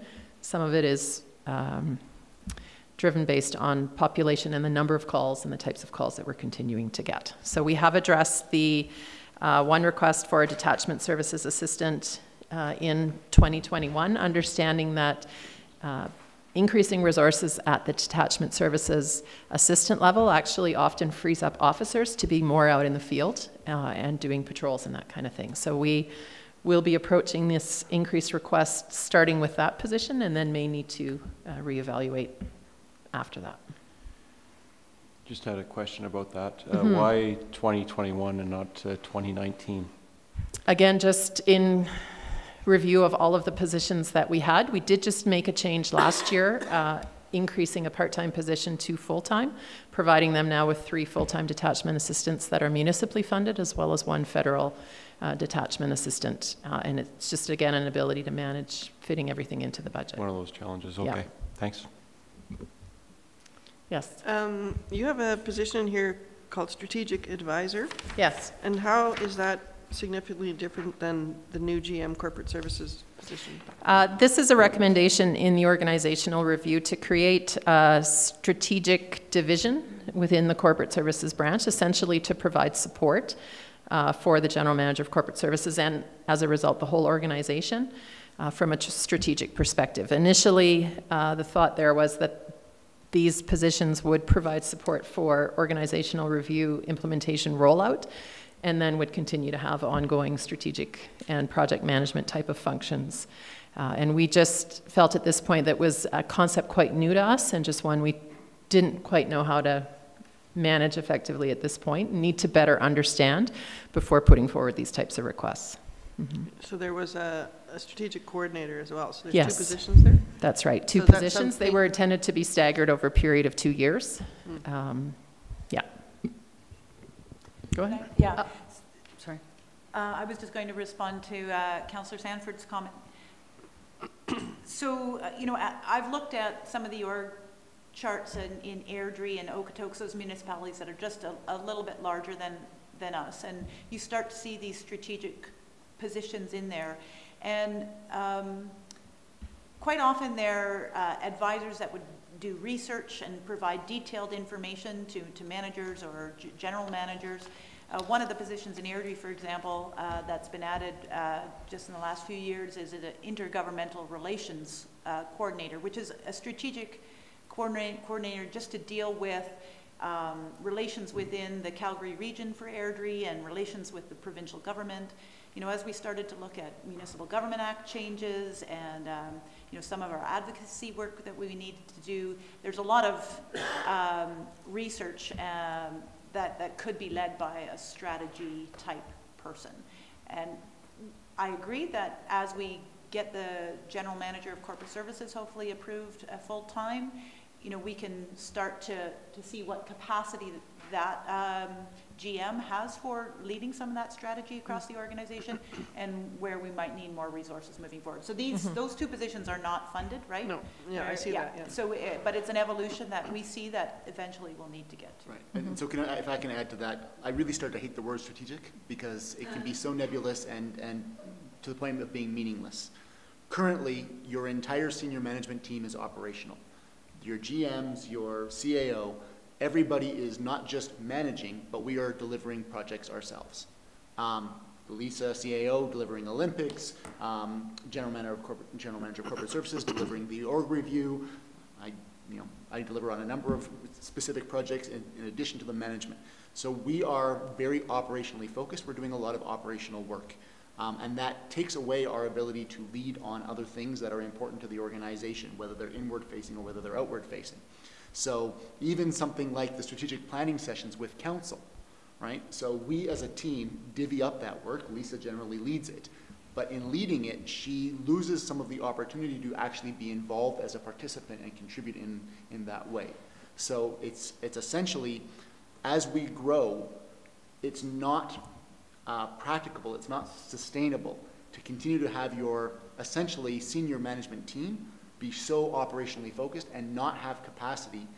So we have to, when we deliver on projects, we have to do our own research. We book our own cars, we do all of the work that is involved with delivering those projects.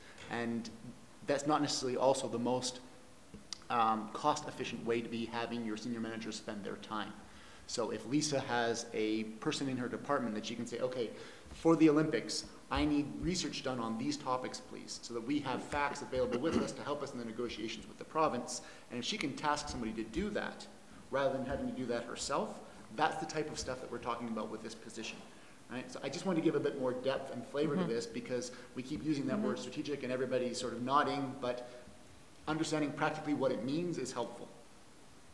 Okay, thank you. Yes.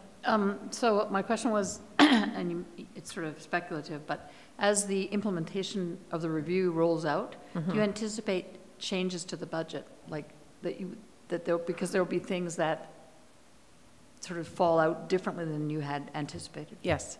Yes, and we expect that that could happen. We do have a budget amendments policy, which would likely allow us to address some of those changes. And then we will be coming forward again with a budget for 2021 and 2022. Right now, we'll be proposing a plan, and we'll need to reevaluate that and provide a more detailed budget. And so there are opportunities, we feel, to be able to address what those unknowns are. We certainly will do our best to anticipate, but until we begin implementing, we won't actually know what's going to happen and where we'll have impact and where we may need to tweak or adjust what we've requested. It's a great point. Thank you. Thank you.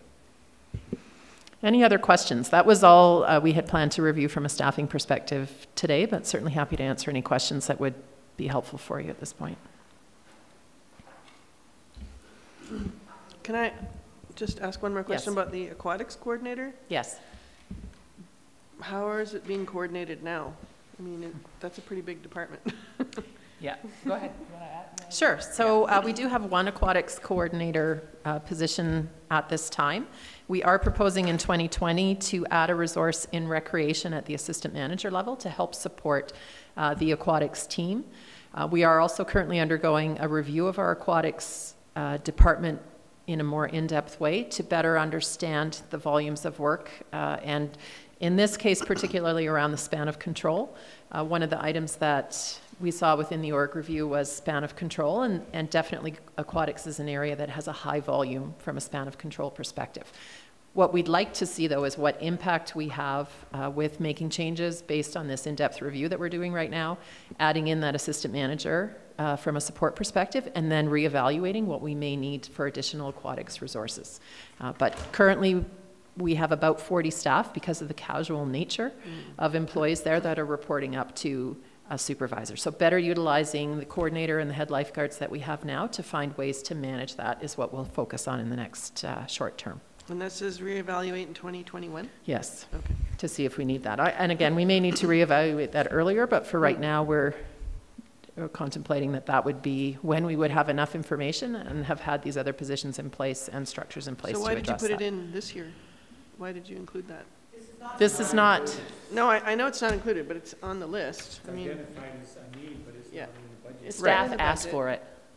Because staff asked for it. So what you've got here is a list of what staff put forward. Okay. And the reason why they asked for it is because they're seeing the pressure. So it's Right. not, it's not pulling out of the sky saying, oh, this would be nice to have. But we have not included these because we cannot accommodate all the asks within the budget guidelines that council has provided. Right.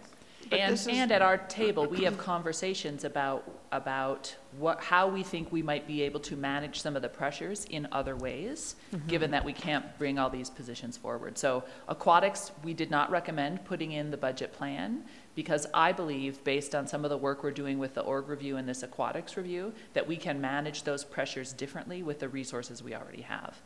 I might be wrong about that. I might be wrong about that. And so we will do those things over the next 2 years and reevaluate in 2021 to see if I was right. Okay, so how I understand this is these are positions that are not in 2019, but now They're not if you in look at at all. the heading of Yeah. this page, not included in the budget. Right. At So they all, were yeah. asked for, but they're not in the 4-year plan. No, They're but- not in anywhere. So I'm just saying, are these positions asked for in 2019, or are these positions that are identified, but they might come in the next 4 years?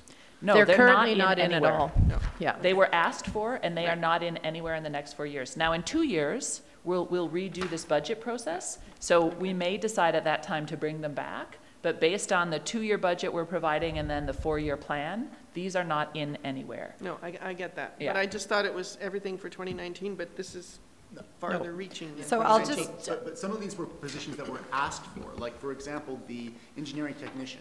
Engineering requested that position to be included in the 2019 budget. Okay. And we have essentially said, no, not only can we not accommodate that in 2019, but we can accommodate that in 2020, 2021, or 22 either. So it is not included anywhere in the budget, despite the fact that it has been identified as a need. Yep, and I just put up the first page again, just showing that some of those positions are requested in 2019, some have been requested in 2020, 21, and 22. Yeah, so we have spread the requests over the 4-year period of this budget. Okay, I'm trying to understand that, and I think I do now. Thank you. Okay. Yes. So I just want to confirm that the first grouping and the second grouping is full-time versus part-time? You said at the beginning? of the Essentially, yes, presentation, full-time and or term, but filling a full-time capacity Right. versus seasonal, part-time, or casual. Gotcha. Yeah. Except for the organics. Sorry, I had the organics at the bottom because they're funded from the utility. The first two, the position for growth in 2019 would be a full-time position. The position for organics in 2020 would also be a full-time position, and they are proposing that the 2021 addition would be a half position. Gotcha. Yeah. And then my next question is, so when I go through on page 7 in tab 3, the proposed budget 2019, and it talks to the priority staffing additions, Yes. why does that number of 815 not marry up with? Yep. Thanks. Yeah, it's because of the transfers from reserve. Okay. So and the utility budget. So if you look at, I've highlighted in my, so the land use enforcement officer, 89,000, junior planner, 89,000, Canmore Recreation Center, LCM, rec support, 35,900, and then the one solid waste services operator, all funded from other than taxes. So the tax impact, even though it says the total is 1.2 million there, the tax impact of that is 815,000. Gotcha. Thank you so much. Okay. Any other questions? Okay. Okay, so I think this is a good time to take a break. We'll take a 10-minute break, and then when we come back, we'll walk through in detail the sheet that Joanna just referenced.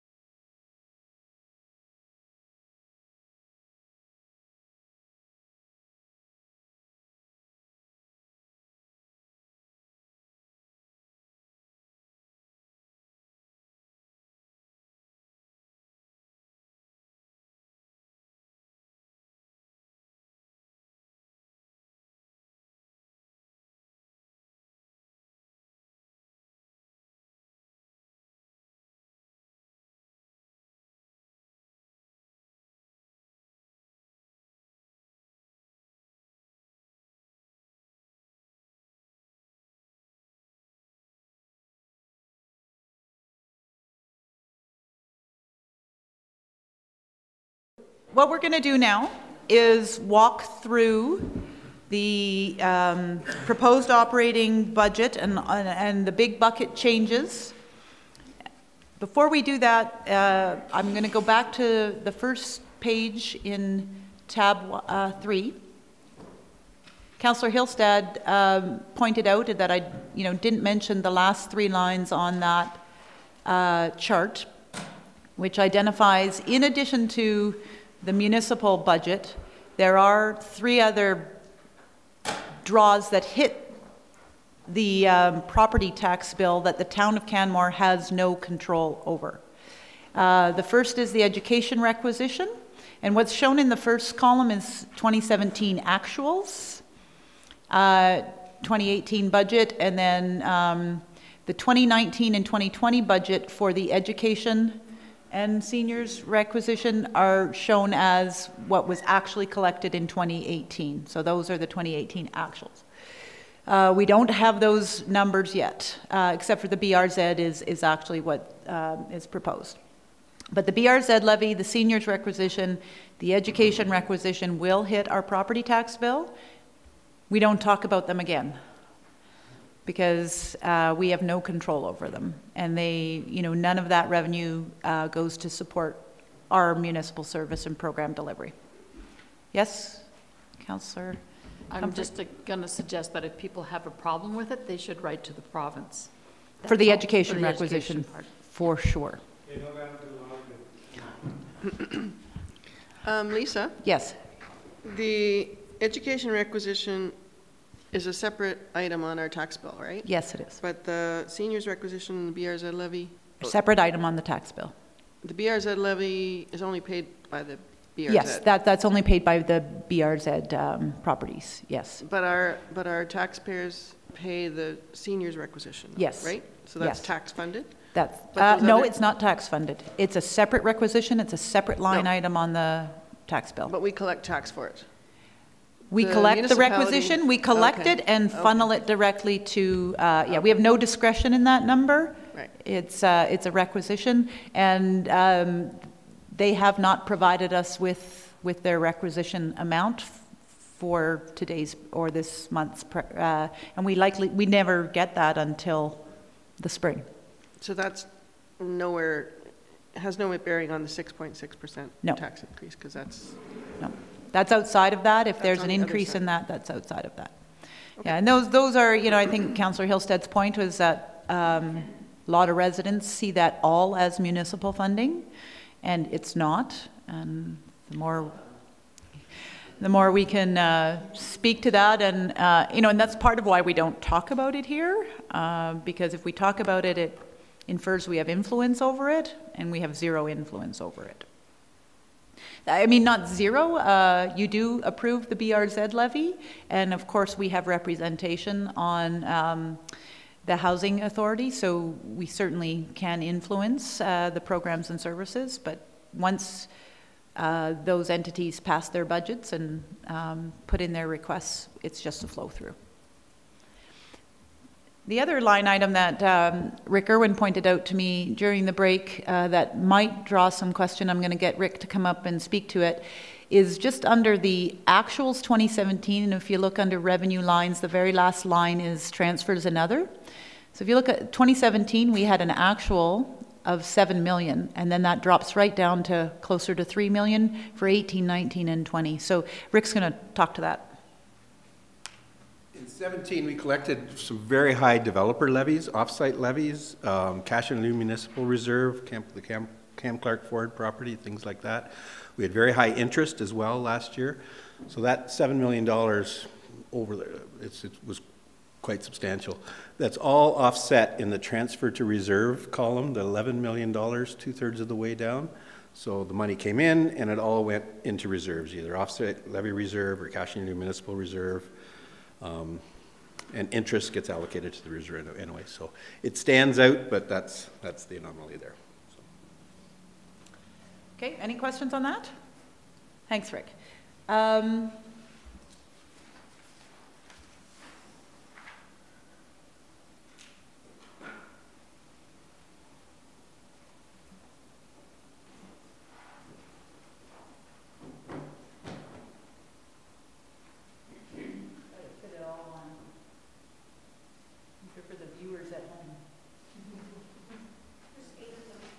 There's 8 of them. Oh. And we know that Catherine Van Kine-Pima is one of them. That didn't focus.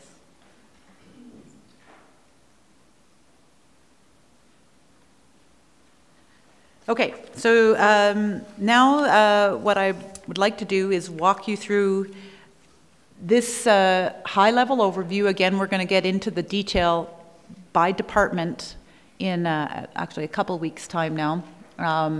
But from a high-level overview, what's driving the budget, we've talked about some of these, but this is potentially an opportunity to get a little bit further in depth. Each line item on this chart, and thank you to Robin Denaj for putting this narrative together and trying to provide an overall summary of what's driving the budget increase. And there's a separate narrative for 2019 and 2020, so just to fit it all on one page and make it easy to follow, we thought doing it year by year made most sense. So please feel free to jump in, my team, if I need some more meat on the bones on some of these discussions, but we'll just follow line by line. So changes to tax revenue sources. The very first one is the one we've already talked about in new growth for taxes. So we've done a lot of work to make sure we're accurately predicting what our new tax revenue is, and we're fairly comfortable with the $400,000 new tax revenue number. The next line is increase to revenues, which is a combination of some development permits, fines. Excluding the arena rental, there are increases to recreation rentals in other areas. There's a memorial bench program that's going to be reinstated, but all together, those increases to revenue are $459,000. So that's combined with the taxes, we have $859,000 of new revenue that we didn't have the year before.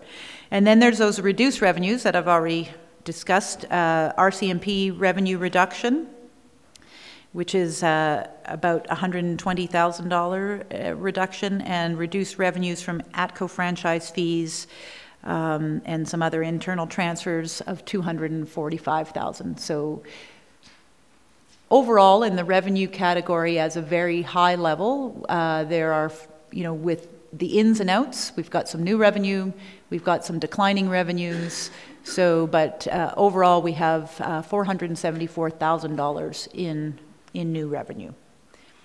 Any questions on that?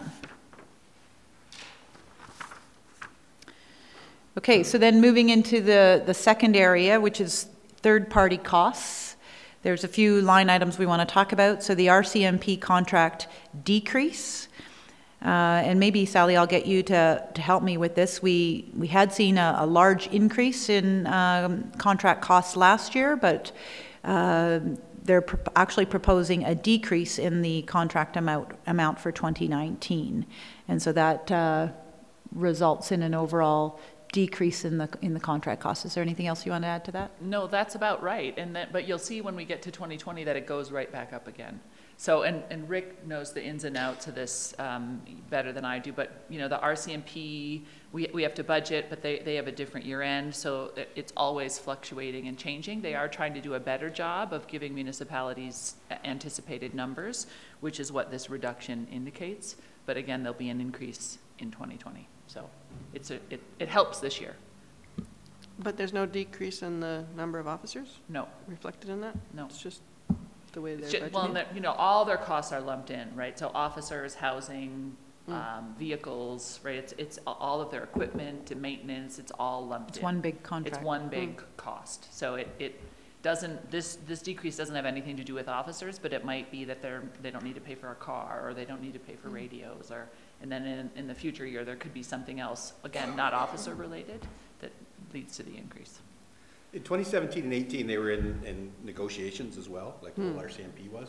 So we were accruing money, and they were giving us projected rates per officer that we get charged. So that's all settled now, and that's actual now. And a big part of that is that.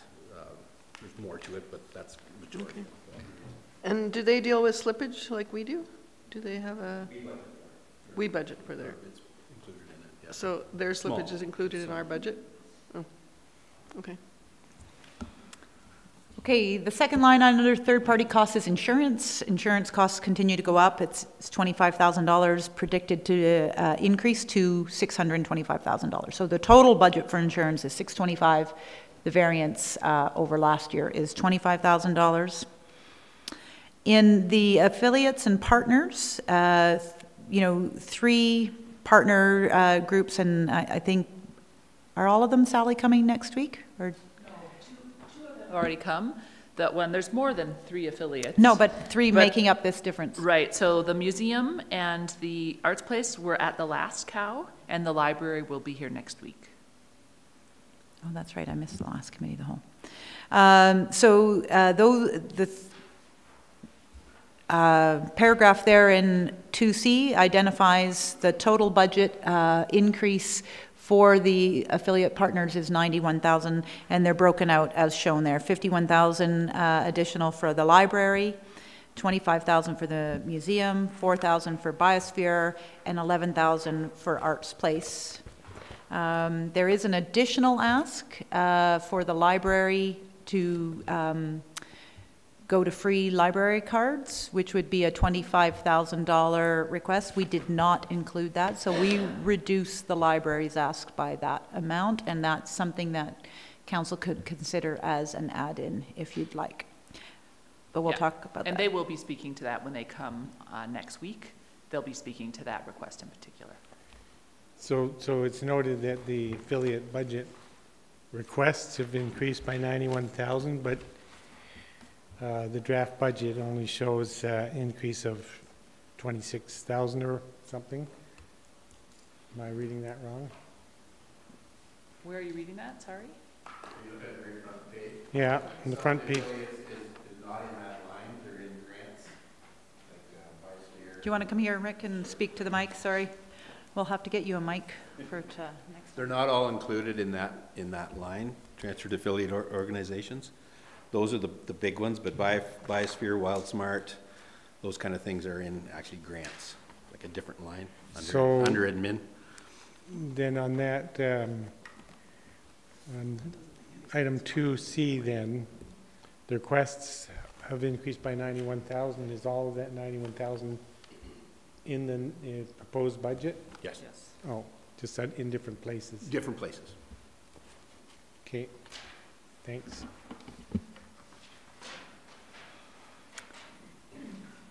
And I think we expect to speak more to the affiliate budgets during the operation discussions in a couple of weeks' time, the department discussions. Okay, and then Mike, I'll get you to assist here with the Rome transit cost increases. These are directly related to our local transit. Yeah, so the majority of this cost, so when we rolled out the service 2 years ago, we made projections on both ridership and fare revenues. The projections on ridership, we have achieved lower ridership than what was projected, although those numbers are getting better as the service matures, but it is still below what was targeted. But more importantly, we made projections on revenues based on that ridership and that ridership at full fare, so essentially $2 per rider. Whereas what we're seeing is the majority of our riders are taking advantage of the discount cards. So they are finding ways to use transit even more efficiently than the standard fare. So the resulting, what's happened there is that we've had to adjust for the fact that we are collecting significantly less revenues than what we had anticipated we would collect when the budget was initially put together. So that's what the majority of that $113,000 is. And then Mike will speak to this as well, or perhaps Andy Asarte when we get into the operating discussion on transit. But there is a proposal to go to fare-free transit and roll that out in 2019 and fund that, the drop in revenue, not the full cost of transit, just the drop in revenue to go to fare-free from paid parking. So that actually would be a net neutral decision, but I think that's one of the things we need to understand from the Finance Committee, whether something like that by approving the budget, you want to approve that, or if you want to see a full program delivery process and approve that as a separate motion. So essentially what we've done is we've included a revenue and an offsetting cost each year in the budget to reflect a move to fare-free transit and limited paid parking. Our intent would be to include that in the budget as it is currently, and then to bring council back a detailed implementation plan, likely in the spring, about how exactly that is going to work, and then that would be for council approval of the implementation plan. So we would propose to manage it that way, but council could request that we break it out into a separate decision through this budget process as well. One of the reasons why we're leaning away from that is simply because we don't have the full implementation details at this point. So if it gets approved as part of the budget, then we will invest in the research to determine what exactly the best technology is to manage the paid parking and a bit of the rollout, et cetera, in that case. So our intent is include it in the budget, it's cost neutral, and bring a detailed implementation plan to council in the spring. Sorry, Mayor Borman? So if the fare-free, the paid parking were instituted, the revenues anticipated to be collected from that, would they cover that full $1 million, or would they not? No, so it's only covering the difference between the cost to go completely fare-free from the current cost of the service. So currently transit costs us a little over $800,000 a year. The majority of that is covered by taxes, right? We had anticipated that we would get some of that covered by fare revenue. We're seeing less fare revenue than what we had expected, which is why we've got this increase of $113,000. The reality is that we are, the paid parking would cover what we would lose in fare revenue only. So if we called that, say, $150,000 a year over a full year, then we would anticipate the paid parking to cover just that amount. Right, so the tax component will always The tax component will always remain, that's right. Because we're, when we did the Integrated Transportation Master Plan update and the parking strategy update, and what we've discussed with council and with the community is that we are not proposing to do a full rollout of paid parking throughout the entire downtown, for example.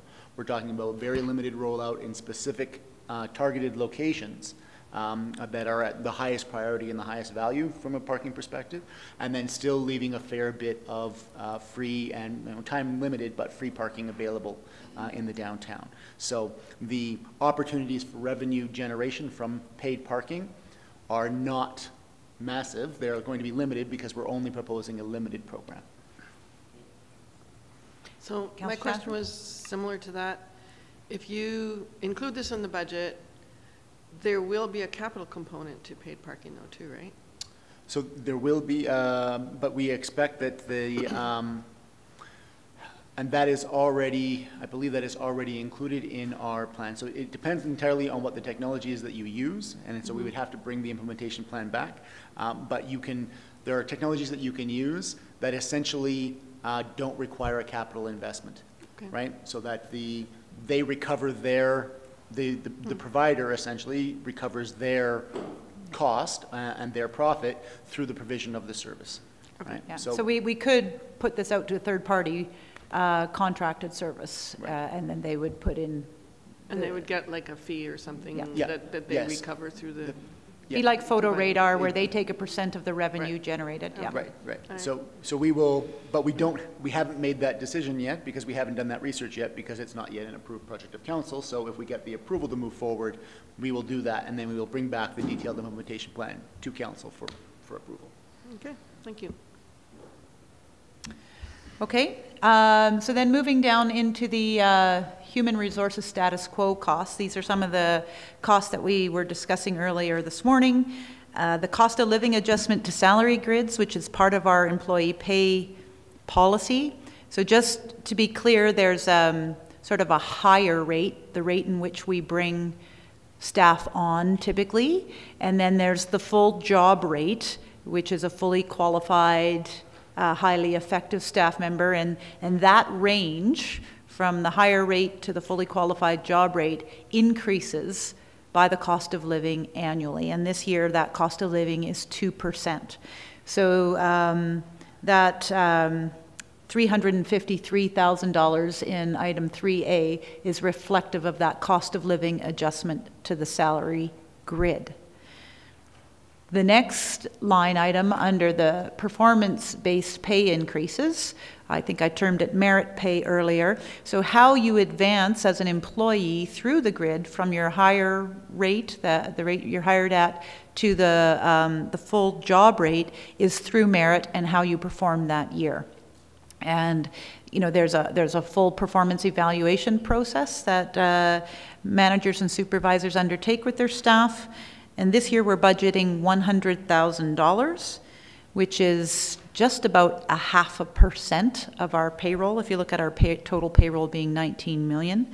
So we're budgeting $100,000 to offer staff merit-based pay increases based on their performance. And that's an increase from $75,000 that we budgeted last year. Sorry, I would, however, like to point out something on that. It is an increase from what we budgeted last year, but it is still significantly below what it was just a few years ago. So, and we have more staff. So we're still spreading less money over more staff. And you can do that for a period of time, but one of the other council policies is that we pay at the 55th percentile. Sorry, I'm channeling my inner Therese at the moment. And so if you continue to not move people annually and provide essentially funding to support that, what happens is when we do our survey or our salary surveys, we indicate that we've fallen behind, and then there is a higher cost to correct to move us to get caught back up. So there's a good reason to try to maintain this at a reasonable level, because the cost comes sooner or later. And if it doesn't come with the salary survey correction, then it comes through attrition, basically through the loss of staff. Do you want to? I think this number was $200,000 in 2011 when I was first elected. It's gone down and down considerably and disappeared for 1 or 2 years at least. Yes. 2 years ago we had. Yeah. So item 3C is the other HR adjustments, which includes things that are listed in your package: WCB, health and dental benefits, there's some new legislation, employee legislation around statutory holiday pay and payroll adjustments. There's also the adjustments to council's remuneration to account for the change in federal taxation. So all of those smaller additions add up to $191,000. Councillor Comfort. So weren't we on the plus side? I recall we got money back for, I think, 2 years in a row from WCB for good job performance. Yep, I'll ask Therese to answer that. Yes, that's correct. This actually represents an increase in our annual costs based on some injuries that we had received. So our premium cost has increased by about $60,000. Yeah. Okay, and then there's offsetting all of those status quo costs is that slippage discussion that we had. So we're making a bit of an aggressive prediction on, you know, sort of the turnover and savings that we'll have as a result of that turnover. There's also new positions that we propose for the budget, so sometimes it takes a while to hire for those positions. Sometimes when they're brand new, we budget for them and we might be able to bring the staff in at a slightly lower rate. So we are budgeting $500,000 for slippage, which is $262,000 more than we budgeted last year. So that shows up as a negative in the spreadsheet. So the total status quo human resource costs add up to $382,000. Any questions on that? Okay, so then moving into the fourth area, which were all the department adjustments. There's a lot of ins and outs. Robin counted them all up. 11 departments had a number of various smaller reductions that totaled $200,000, and that's just basically managers looking at their actual expenditures and then budgeting according to actuals. So if they haven't spent their budgets and contracted services, for an example, they're reevaluating and saying, do I really need to budget what I budgeted the year before, or should I go based on my actual expenditures?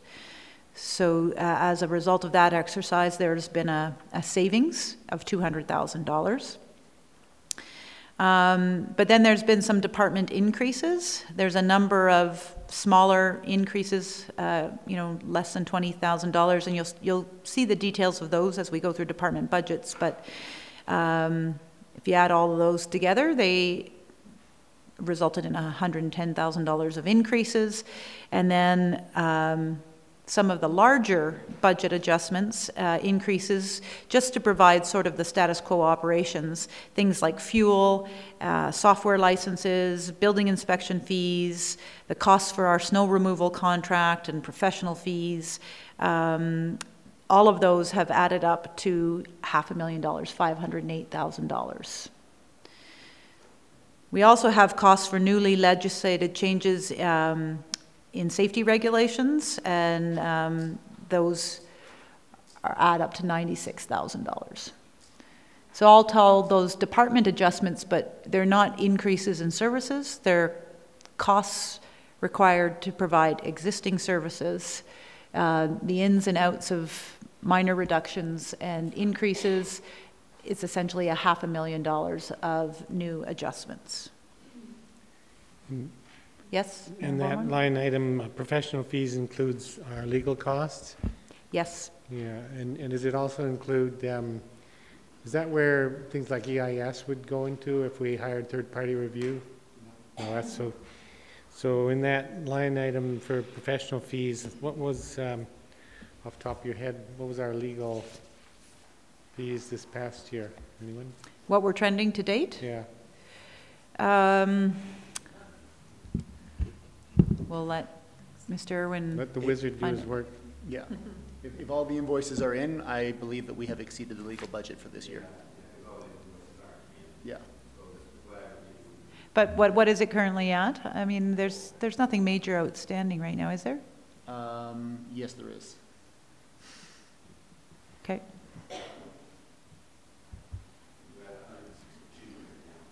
We're at 162 actual, and we budgeted 150, I believe, for legal fees. But So, yeah, so we will be over budget in legal fees. so 162 to date, and you suggest there's more? I suspect the big number that I was most concerned about is included in that 162. There will be some additional other things that are coming along, but yeah. It's not in there, Rick? That was what we spent in 2017, 162. That was 2017 actual.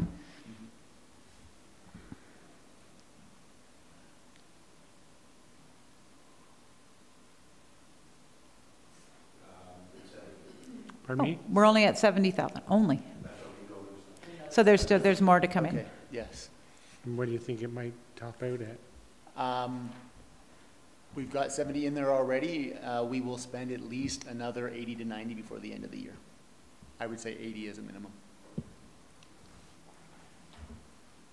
Can I just ask a question? Yes, sorry, Councillor Sanford. It says here that I'm still on that major department increase of 508. It says that this was previously funded through capital expenses. So That's the pavement management program, just the pavement okay. So management not the program. 508, just the pavement? No. Okay, all right. Yep. Okay. So that's just a few $1,000. I don't know what it Maybe exactly is. Certainly we'll draw that to your attention when we bring the department budget for streets and roads. We're just, the intent of this spreadsheet and these explanations and narratives is just to give you that high-level overview of what the pressures are, what some of our strategies are. The department budgets will be shared with you in more detail. No, sorry, I just thought that 500, if all of that 508 was previously coming from capital, then it would have a significant impact, but it's not very much. I think it's about 50 or 60. It's only $50,000. 50,000. So we transferred $50,000 a year over a number of years, and so this is the last year of the transfer. Okay. Okay. Okay, so now the reserve fund transfers, and I think, Rick, I'm going to ask you to explain this one. There was a transfer of $50,000 to reserve funds last year that we're not doing, and then also we're not drawing the $54,000 from the Art Trust. But can you explain that first $50,000? So last year, when we did the budget amendments, back last December, we realized growth was probably a little bit too low. I believe we had it in at 100. So the motion was to increase growth by $50,000, but not to reduce taxes, to put it straight to reserve. So that's in the 18 budget, and I'll be making that entry, but that isn't in the 19 budget. So it's a reverse reduction of an expense sort of Yeah. thing. Okay. Yes, Councillor Just, Comfort. well, it's there Thanks, as a line item. What is the balance in the tax stabilization reserve at the moment? We can get that Thanks, for you. Mr. Irwin. You will, as part of your package, capital package that you'll get at the end of today, have the full reserve listings with all their balances. 2.1 million. Can I ask a question about that? Yes. Art fund transfer? Yes. So it says we're not transferring it, but are we still going to collect it? No. Okay. So we're not collecting it, and so we don't So transfer it's it. it's coming right off, $3 per person is coming off The tax bill requisition for on- 1 year. Yep, for just a suspension to be reintroduced in 2020. Yep. So then there's a series of lines that show in the spreadsheet as zero. And that's because there's some offsetting expenses, but we wanted to show you that there's some transfers from the tax stabilization reserve. Just to be clear that we are bringing money in from the tax stabilization reserve to offset costs due to the rec center life cycle maintenance project. A couple of those costs were loss of revenue from ice rentals and room rentals, and some staffing to assist with the user facilitation, I guess, or user management at the rec center. That was $216,000, but it shows up as zero in your spreadsheet because there's an in and out. There's costs, and we're transferring from the tax stabilization reserve to offset that. The reserve fund contributions, so the long-term financial strategy recommended that we increase $200,000 towards the asset replacement and rehab reserve and $50,000 towards the flood mitigation reserve. And so we're not able to do that. Therefore, you're seeing nothing as a budget addition, but we wanted to make sure that you were clear, and I think we've talked about that several times, that we're not meeting your budget guidelines on that. So had we met your budget guidelines, this line would show as a $250,000 impact, or a 1% tax increase, essentially. So that's just for clarity. And then similarly, on item D, we wanted to make it clear and transparent that we're also not following the budget guideline to increase the amount that we're drawing from taxes to fund capital. So there was essentially a $155,000 increase that your budget guideline suggested that we should have done, and we didn't do it. So we're still keeping it at $960,000, but that doesn't meet your guidelines. And then the last was the transfer from the operating reserve. So there, and this is all related to the planning department, and these are the term positions to do. So again, it's an offset. There is a cost associated with keeping the term positions, but to avoid that cost hitting the taxpayer, we're going to draw from the operating reserve to fund those. So again, just trying to be transparent that that's not buried in the budget, that's something we're doing as a specific strategy to keep the tax request down. Any questions on any of that? On the reserve funds? Debt servicing, we've already talked. Sorry, yep, Mayor Borman? Just, I'm not certain what we're trending in the planning department in regards to the surplus. It was at least $500,000 the last time I looked at it. But we can pull that up.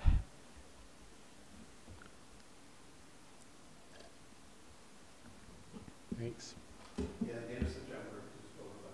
Just as of the end of September, so we still have another month in there, but it's over $500,000 over budget, over the budget. Revenue collected is $500,000 more than we budgeted. Right. And we had actually increased the budget when we did the budgeting to reflect the fact that we thought it was going to be higher. So it's even higher than we thought it was going to be.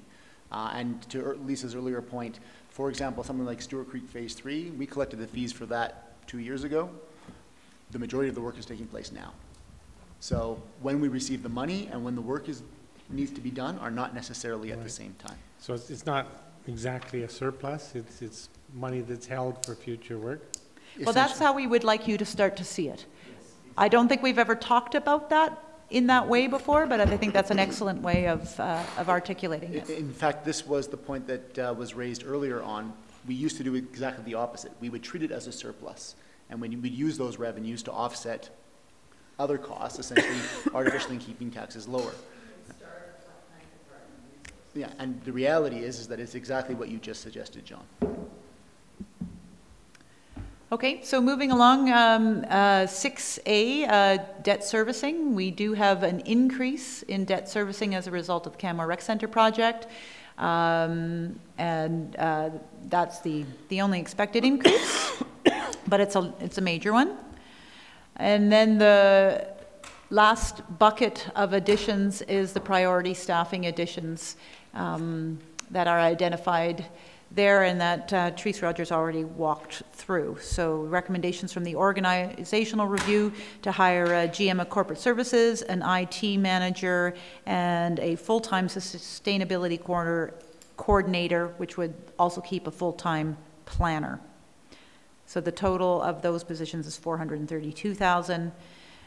The changes to the casual staffing models that were identified in that spreadsheet Therese went through is $111,000 total. And then the changes to the fire department, including the peak staffing, the increase to reflect actual call volumes, and some cost increases to staffing wages is $272,000. So that's a fairly significant increase specific to the fire department.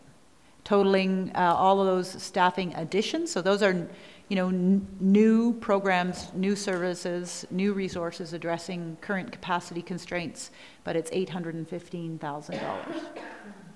So, yes, Councillor. With the increases to, or changes to fire department staffing models, is that related to contract negotiations with the union, or?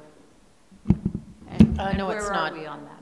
We are still in the midst of negotiating. Okay. We have allocated for that in a different place.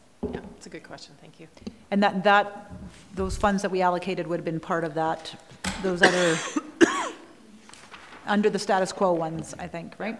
The HR adjustments. So apparently one of the 8 people watching this is also Mr. Alaric Fish, because he has just sent me a text. He says, currently, planning and development is headed for a $800,000 surplus over what was budgeted, and that means $200,000 over the cost of the department. So it is actually a true surplus over what the cost of the department is currently, and that is indicative of a staffing issue because that represents work that needs to be done. But not necessarily this year?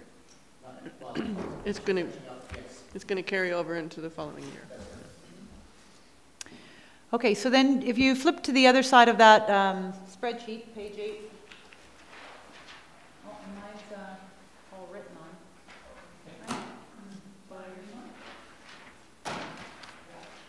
Thank you.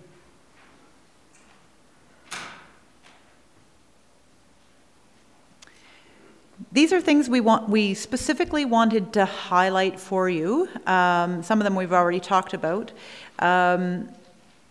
That you might want to have some discussion about putting back in. So the first 3 or 4 we've talked about several times. Those are the transfers to the reserve, the transfer to capital, and the art trust. The first three were specific requests in your guidelines. So I'm not sure if council wants to have any more discussion, or the finance committee, I guess, wants to have any more discussion about whether you'd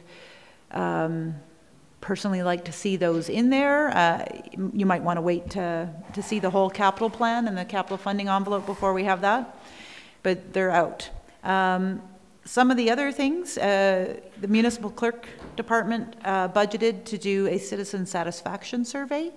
We did one in 2017, in the spring of 2017, prior to the election. We have been doing them every 2 years. The cost there is $23,000. We removed that from the budget. What's not showing that we also removed from the municipal clerk's budget is the cost of doing a census in 2019. We have moved from doing a census almost every year when growth was really high, to doing it every 2 to 3 years, to basically just managing within the federal census program. And that's administration's recommendation, is that we just use the census numbers that are generated through the federal government census, and we don't do our own internal census. The reason we used to do internal census was to try to get a handle on that second homeowner piece. We've discovered that the number that we used to assign to how many non-permanent residents we have is not verifiable. You know, we most often don't get people at home, so we're relying on when neighbors say, and quite often neighbors give us a range. Oh, sometimes there's 2 people, sometimes there's 10. You know, and it's just conducting that census for the purpose of getting a non-permanent resident number, I don't think is justifiable for the spend. That being said, the census is often used for other things as well, and council has the ability to add questions that maybe the federal government doesn't ask. We've asked questions, for example, in the past around the number of pets. We've asked questions around, do you have a garburator? You know, place of employment, specifically within the Bow Valley. So if those are of importance to you, the federal census may or may not address that. Just one other observation, the census is also quite a valuable tool for the community monitoring report.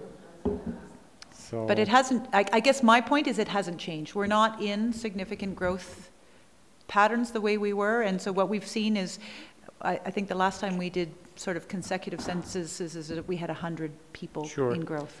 And Cheryl would actually say it's not, that the community monitoring report has tried and wants to use the census, but we had so many, in the last census we did, we realized that so much of the data was suspect that it actually can't be used in the way that the community monitoring report would like to use it. We didn't have a solid list of local addresses, some of the things Lisa was suggesting about assumptions about who lives there or who doesn't. So Cheryl would say the data that we were collecting historically and how we wanted to use it in the community monitoring report, it was not reliable data, and so it cannot be used accurately in the ways that that report had hoped. So if we do a new census, Cheryl is trying to, and working with Devin to get addresses, and Bruce on the community monitoring report to address that, but she would argue we should really ask 4 questions and that's it in terms of the reliability and usability of the data we get. All the other additional questions are not reliable. So do you have another point, John, or no? Okay. Councillor McCallum? I was just curious, so with regards to the federal data from the census, is Cheryl able to tap into that and get what she needs out of that? Like, does it show makeup of neighborhoods and based on postal codes and things like that? Is that, like, I've actually been told by a counselor in the MD that they completely skipped the MD of Bighorn in the 2015 census. They didn't know they were there. Yeah. And maybe Exshaw, I can't recall, but I know for sure You know, and that's an interesting question, and we can certainly pose that to Cheryl. I don't think as a municipal clerk, she's actually the one who uses the data. So it would be, you know, maybe a question for the planning department or for community social development, you know, as to, and the, the Biosphere does our community monitoring report, right? But you're right, Cheryl does not use the data. She doesn't. She's the one who she's just the collects ones it. that has And been the one. my understanding historically of the biggest way we've used the data has been in lobbying for the province for grant allocation. So it was saying that our shadow population, our weekend population needed to be counted in things like MSI. So we were really collecting our own census to be able to account for that population. And that is political, you know, that's yeah. And I guess I'm not necessarily advocating for doing an in-house census. I guess I want to understand the difference between what the federal government's providing and what we have or could provide through a census, because it's not just an inward-facing document. Like, many of your contractors that you contract out, especially in planning and development, are going to tap into that information, and if it's not accurate, right, or it's not asking the right questions necessarily. I'm not actually worried about the not accurate part. I'm more curious about the asking different questions, even though Cheryl's saying 4, but maybe we want more than 4. No, and that's fair. And so I think that one of those questions is for you to reflect on. Are there questions that you as a councillor would like to ask that you don't think you can get in the federal census? And I don't know enough about what the federal Right. census asks. Like, But I did the long form. I think but that was years that's ago. indicative of, you know, we don't go to the census very often. We do to get the number of people, but, you know, what are we looking at the census for as a municipality? And I'd just like to support Sally's point. Many of the growth communities in the province have been using it specifically to increase their grants, because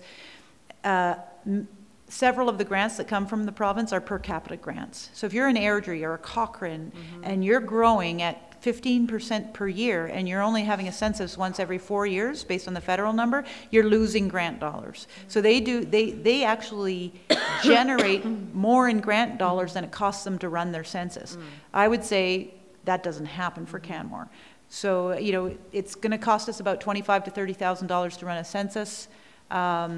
Is that valuable? 50, actually. Pardon? I 50? think in past years it's been 50. Oh, sorry, 64. Yeah. Oh, I thought it was similar to our citizen satisfaction survey. 64,000. No, it's like running an election. It's the same amount right. of work, from what I recall. So $64,000 to do a census. And, you know, the question, if you would like more information on what questions the federal census asks, or what, we can take that as a takeaway and bring that back. Yeah, I just would find it helpful to make an informed decision on that, that's all. Okay.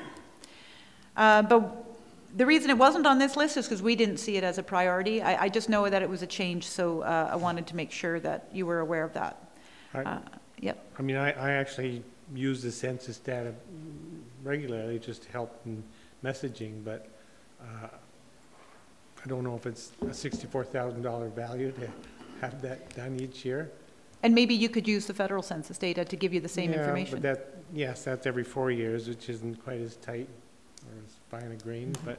And 64 would be the hard cost, not the soft cost, including staff. Okay, so then there were just only, you know, a couple of others removals. So adding the free memberships to library is a $25,000 cost. We already discussed that. It's not in the budget. And expanding local transit. And I'm not sure if that's just hours, or Mike, if you can speak to what that $28,000 was, but we pulled it out of the budget. It was meant to be hours of service and frequency, essentially, service enhancements. So that is not in there. So that is a very high-level overview of the big ins and outs of the 2019 budget, and also things that we thought were potentially a priority, well, certainly were a priority because they were part of your budget guidelines, but that we pulled out. Just a question on that last point. So the recognizing that ridership's a bit below what we had anticipated, $28,000 of service, $28,000 worth of service enhancements, might that increase the ridership? What sort of enhancements were considered? The short answer is no. We don't believe that to be the case. We think that the best value for money in terms of really dramatically increasing ridership is to go fare free. And so that is what is included in the budget, and that's what we are targeting. The modest increase in either a few extra hours or frequency, we don't think will substantially move the needle on ridership, but fare free will. So the enhancements didn't include expanding the route or anything? No, no changes to the route. It was simply hours and frequency. Okay, thank you. Okay, so we'll move to 2020. Did those who had to go to BOTA need to leave, or are you okay to continue? Yep, good. Okay. So, Teresa, are you able to put the next one up? Or I can do that. I don't think I wrote on it. Thank you. So a similar process, starting with revenue sources and what's new. We have some growth that we're predicting to mirror this year's growth. We're not able to do an actual calculation because we don't, there aren't development permits already in, and so we'll be able to amend that number this time next year. But right now, we're assuming that growth is continuing at a fairly good pace. That's okay. And then the recreation revenues that we saw drop in 2019 will come back along with some other revenues, so that we'll have a total increase of $206,000. Reduced revenues from grants just resulted in a $22,000 drop. I'm not sure where those grant revenues were from, but... Oh, our planning intern grant. So we do get grants to help offset the cost of our planning department intern. So that's the revenue sources in 2020. Moving on to third-party contract costs in the second bucket. The RCMP contract is expected to come back up. I think there's a typo there. It should say the RCMP have estimated that the 2020 contract costs will increase by $27,000. We're expecting more insurance cost increases as well.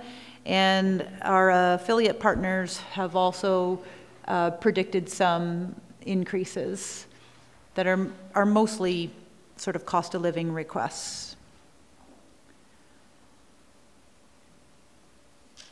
Rome Transit again, some small increases for existing service, not expansions.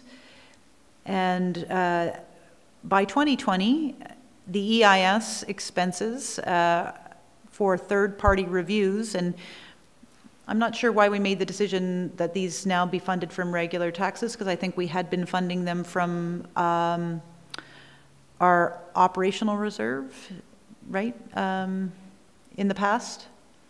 We just didn't put in specific. 2019 has specific EIS revenue coming in from Three Sisters and Silvertip, I believe. In 2020, there was no identified fund, like revenues coming in, so that's how it works. So I'm not sure if that was clear. When we do third-party EIS, it's a town cost. We had put some funds away in the operating reserve to fund those for the Three Sisters EIS and the Silvertip EIS, but as we continue to budget for third-party EIS reviews, we haven't put funds away in reserve to do those. It is something council could consider doing, whether it's future surpluses, etc. But if these become a mainstay of our budget and a recurring operating expense every year, at some point, we should be budgeting for them. And so that's the $60,000 under that 2E. Then there's some human resource costs. Again, we have the cost of living and performance pay increase adjustments that affect our salary grid and positions annually. and those are reflected at 395,000 and 150,000. We are, cost of living is trending high. I think it's at higher than it has been. It's about 3 or 3.5% now year over year. So in 2019, our cost of living is 2% for 2020. We're proposing 2.5%, but if it actually comes in year over year, sort of where it's trending now, that might even adjust higher during budget amendments next year. And then there's some minor HR adjustments as well with our benefit and stat pay. And then department adjustments. There are some reductions in budgets across departments, and again, sort of minor adjustments, but over 10 departments equals 144,000.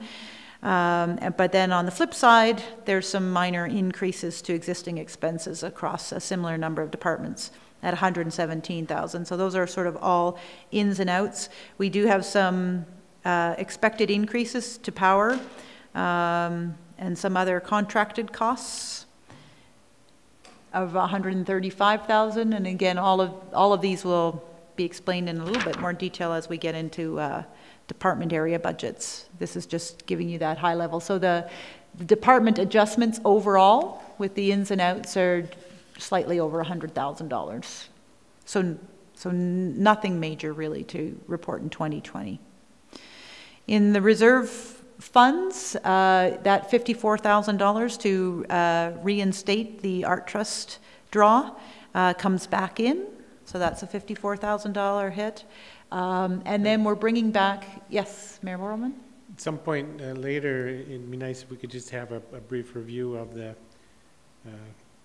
trust fund balance and the projected uses over the next few years, so have a handle on what's being planned to be delivered out of that fund? Yes, we Sure, will. I have that, and we can just plan to bring that in the week that we do operating. I'll just plan to address it at that time. Or Sally, maybe even during capital, because there are some proposed projects for capital, and we'll have the full reserve schedule for capital. Sure. Thanks. Yeah.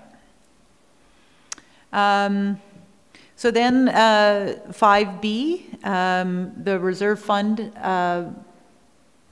allocation, so the $200,000 increase to what we put into the capital, or sorry, the asset replacement and rehab reserve, and the $50,000 into the flood mitigation reserve are able to be inserted in the 2020 budget. So we didn't meet your guideline for the 2019 budget, but for 2020, both those reserves are in. However, the transfer to capital reserve, the transfer to of tax revenue to support the capital program has been left at status quo for 2020 as well. So it stays at $960,000 rather than your budget guideline of 5% of previous year tax revenues. And the transfer from the operating reserve, and that's again to fund some temporary resources in the planning department. So it's showing as a zero because there's an offsetting cost, but we wanted to make sure you knew we were doing that.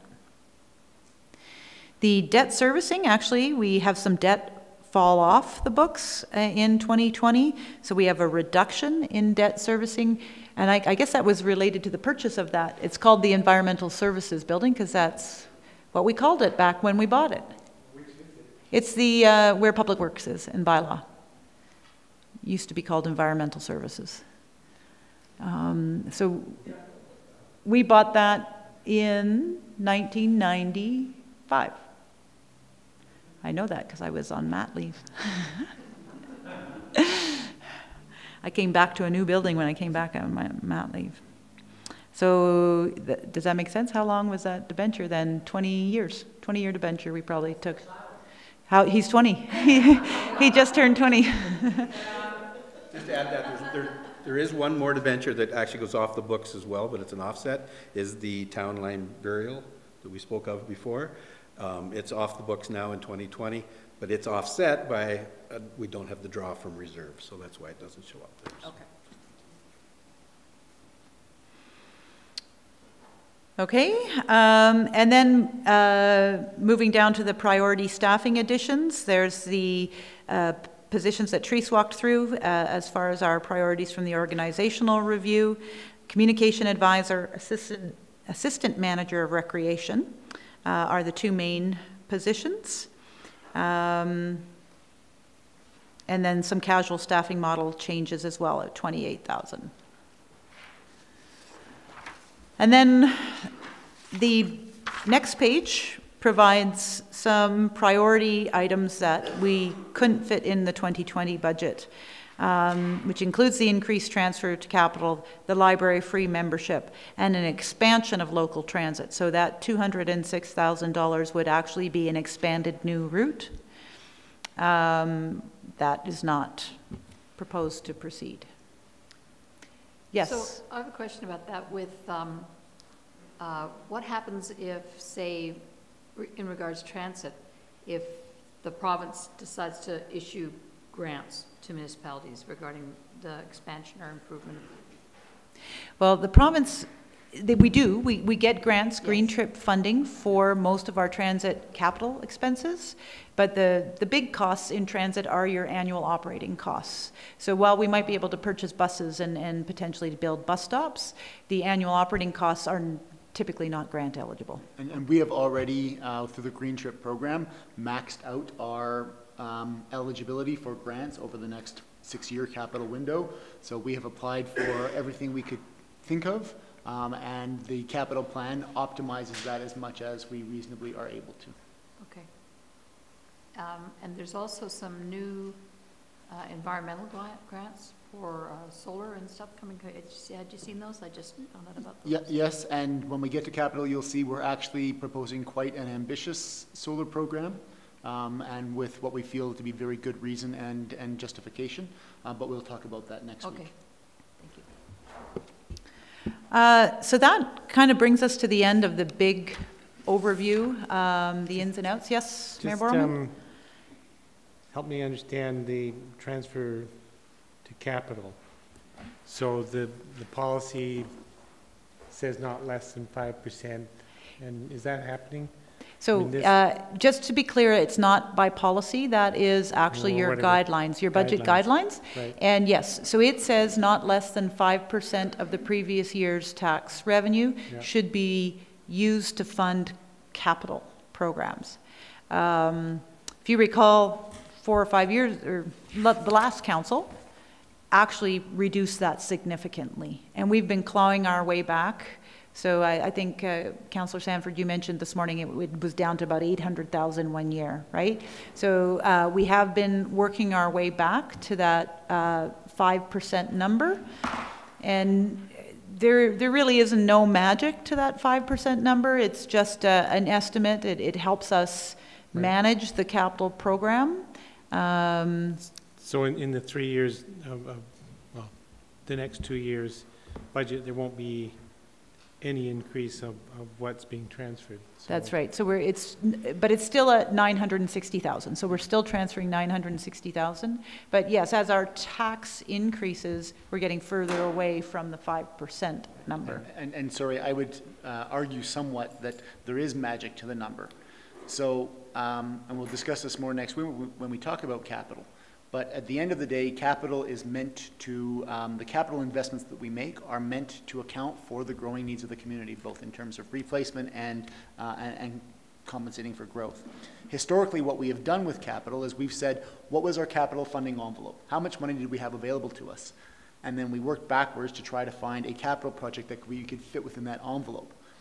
By artificially keeping the envelope smaller, or essentially by not meeting the target, you're keeping your envelope smaller, which means you have less available to you to compensate or to actually invest in capital to address those pressures.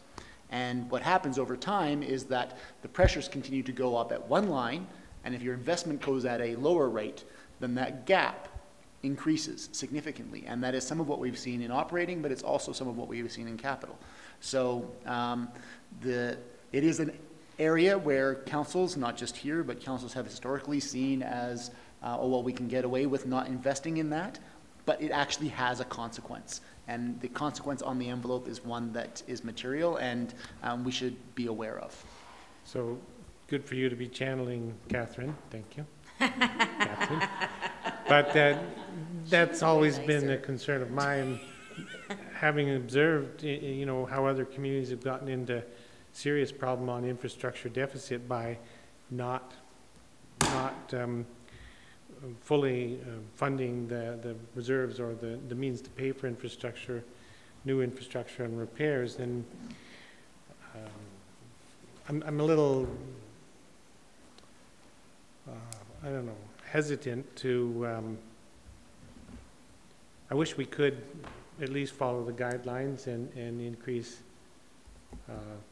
to keep with that 5% at the very least. So we can have more discussion about that. Yeah, and I think when you see the capital plan and you see the funding envelope, so there are additions to reserve. So and specifically in 2020, we're increasing the contribution to the asset replacement and rehab reserve by 200,000 and increasing the flood mitigation reserve by 50. So the flood mitigation reserve contribution will be 150,000 and the asset rehab and replacement reserve will be up to $750,000 from taxes going to asset rehab and replacement. Is that enough? You know, it's that can be debated during the capital argument for sure. And absolutely can be brought in. What we would need direction from Finance Committee is, are we increasing taxes, or would you like us to find savings elsewhere to keep the, you know, what we tried to do in the 2 years was bring you an average of 5% per year, and that we've sort of hit on that sweet spot right now at 4.9%. It does require you, if it move forward without any changes right now, to pass a 6.6% increase next year.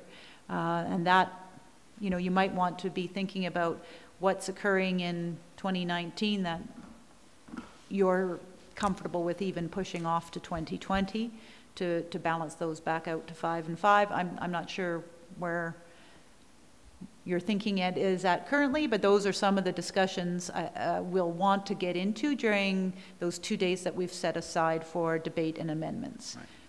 Councillor McCallum? So I was just curious, I know that when we've had surpluses, some of those surpluses have gone to backstop planning positions or PAH reserve or general operating or capital or whatever. Have we seen any trends in terms of what we end up contributing at a budget time versus what we end up popping back into that reserve? Does it make up that 5% at all? Do you know what does that make sense, what I'm? I think, yeah. Sorry. I understand your question, which is essentially when we have a surplus and we transfer it back to the reserve. Is it adding up to that 5%? Like, are we actually backwardly accumulating that 5?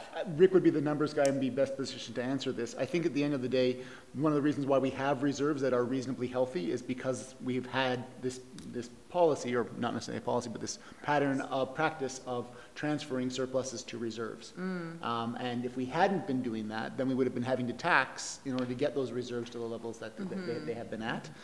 So that is, when we talk about surpluses, we have to be very careful, because the idea is that we've overtaxed or that money is a windfall. Oh, no, and I understand that. And that's a fine line. Mm. It's funny because in a community you want to say, oh, like you have a surplus, but actually Catherine would have been quite almost ashamed of it, because she feels like that people think that they've been overtaxed, when really it's just a surplus in fees and so on and so forth. You know, the interesting, when I was reading through the GFOA budget best guidelines, and one of the, I didn't put it up as a top 10, because, so one of the guidelines was estimate revenues conservatively and overestimate on expenses, so that you can be sure, you know. But if we did that as a best practice, we would have very large surpluses every year. So I want to assure you, we are not doing that.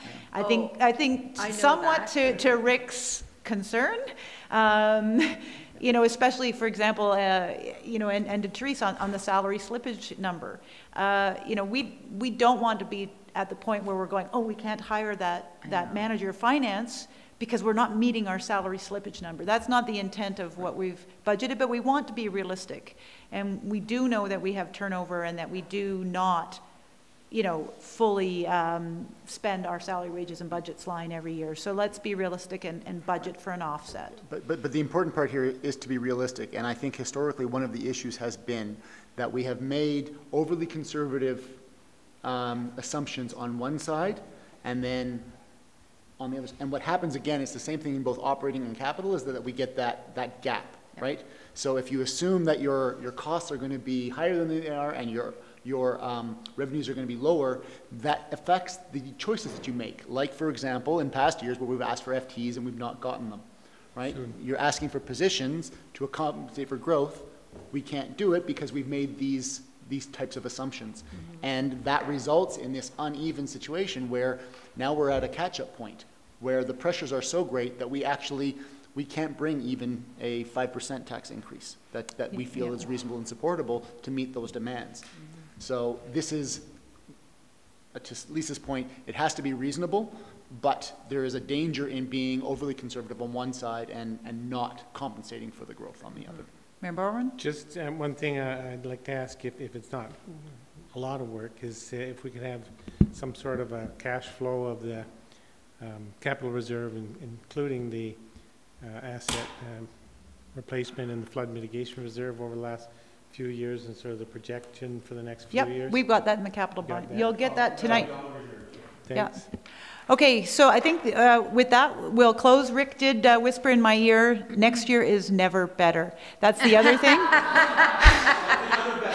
That's another best practice. So we always, you know, we talk about, oh, we can do that next year, we can do that next year. There'll be more pressures next year that we haven't thought of.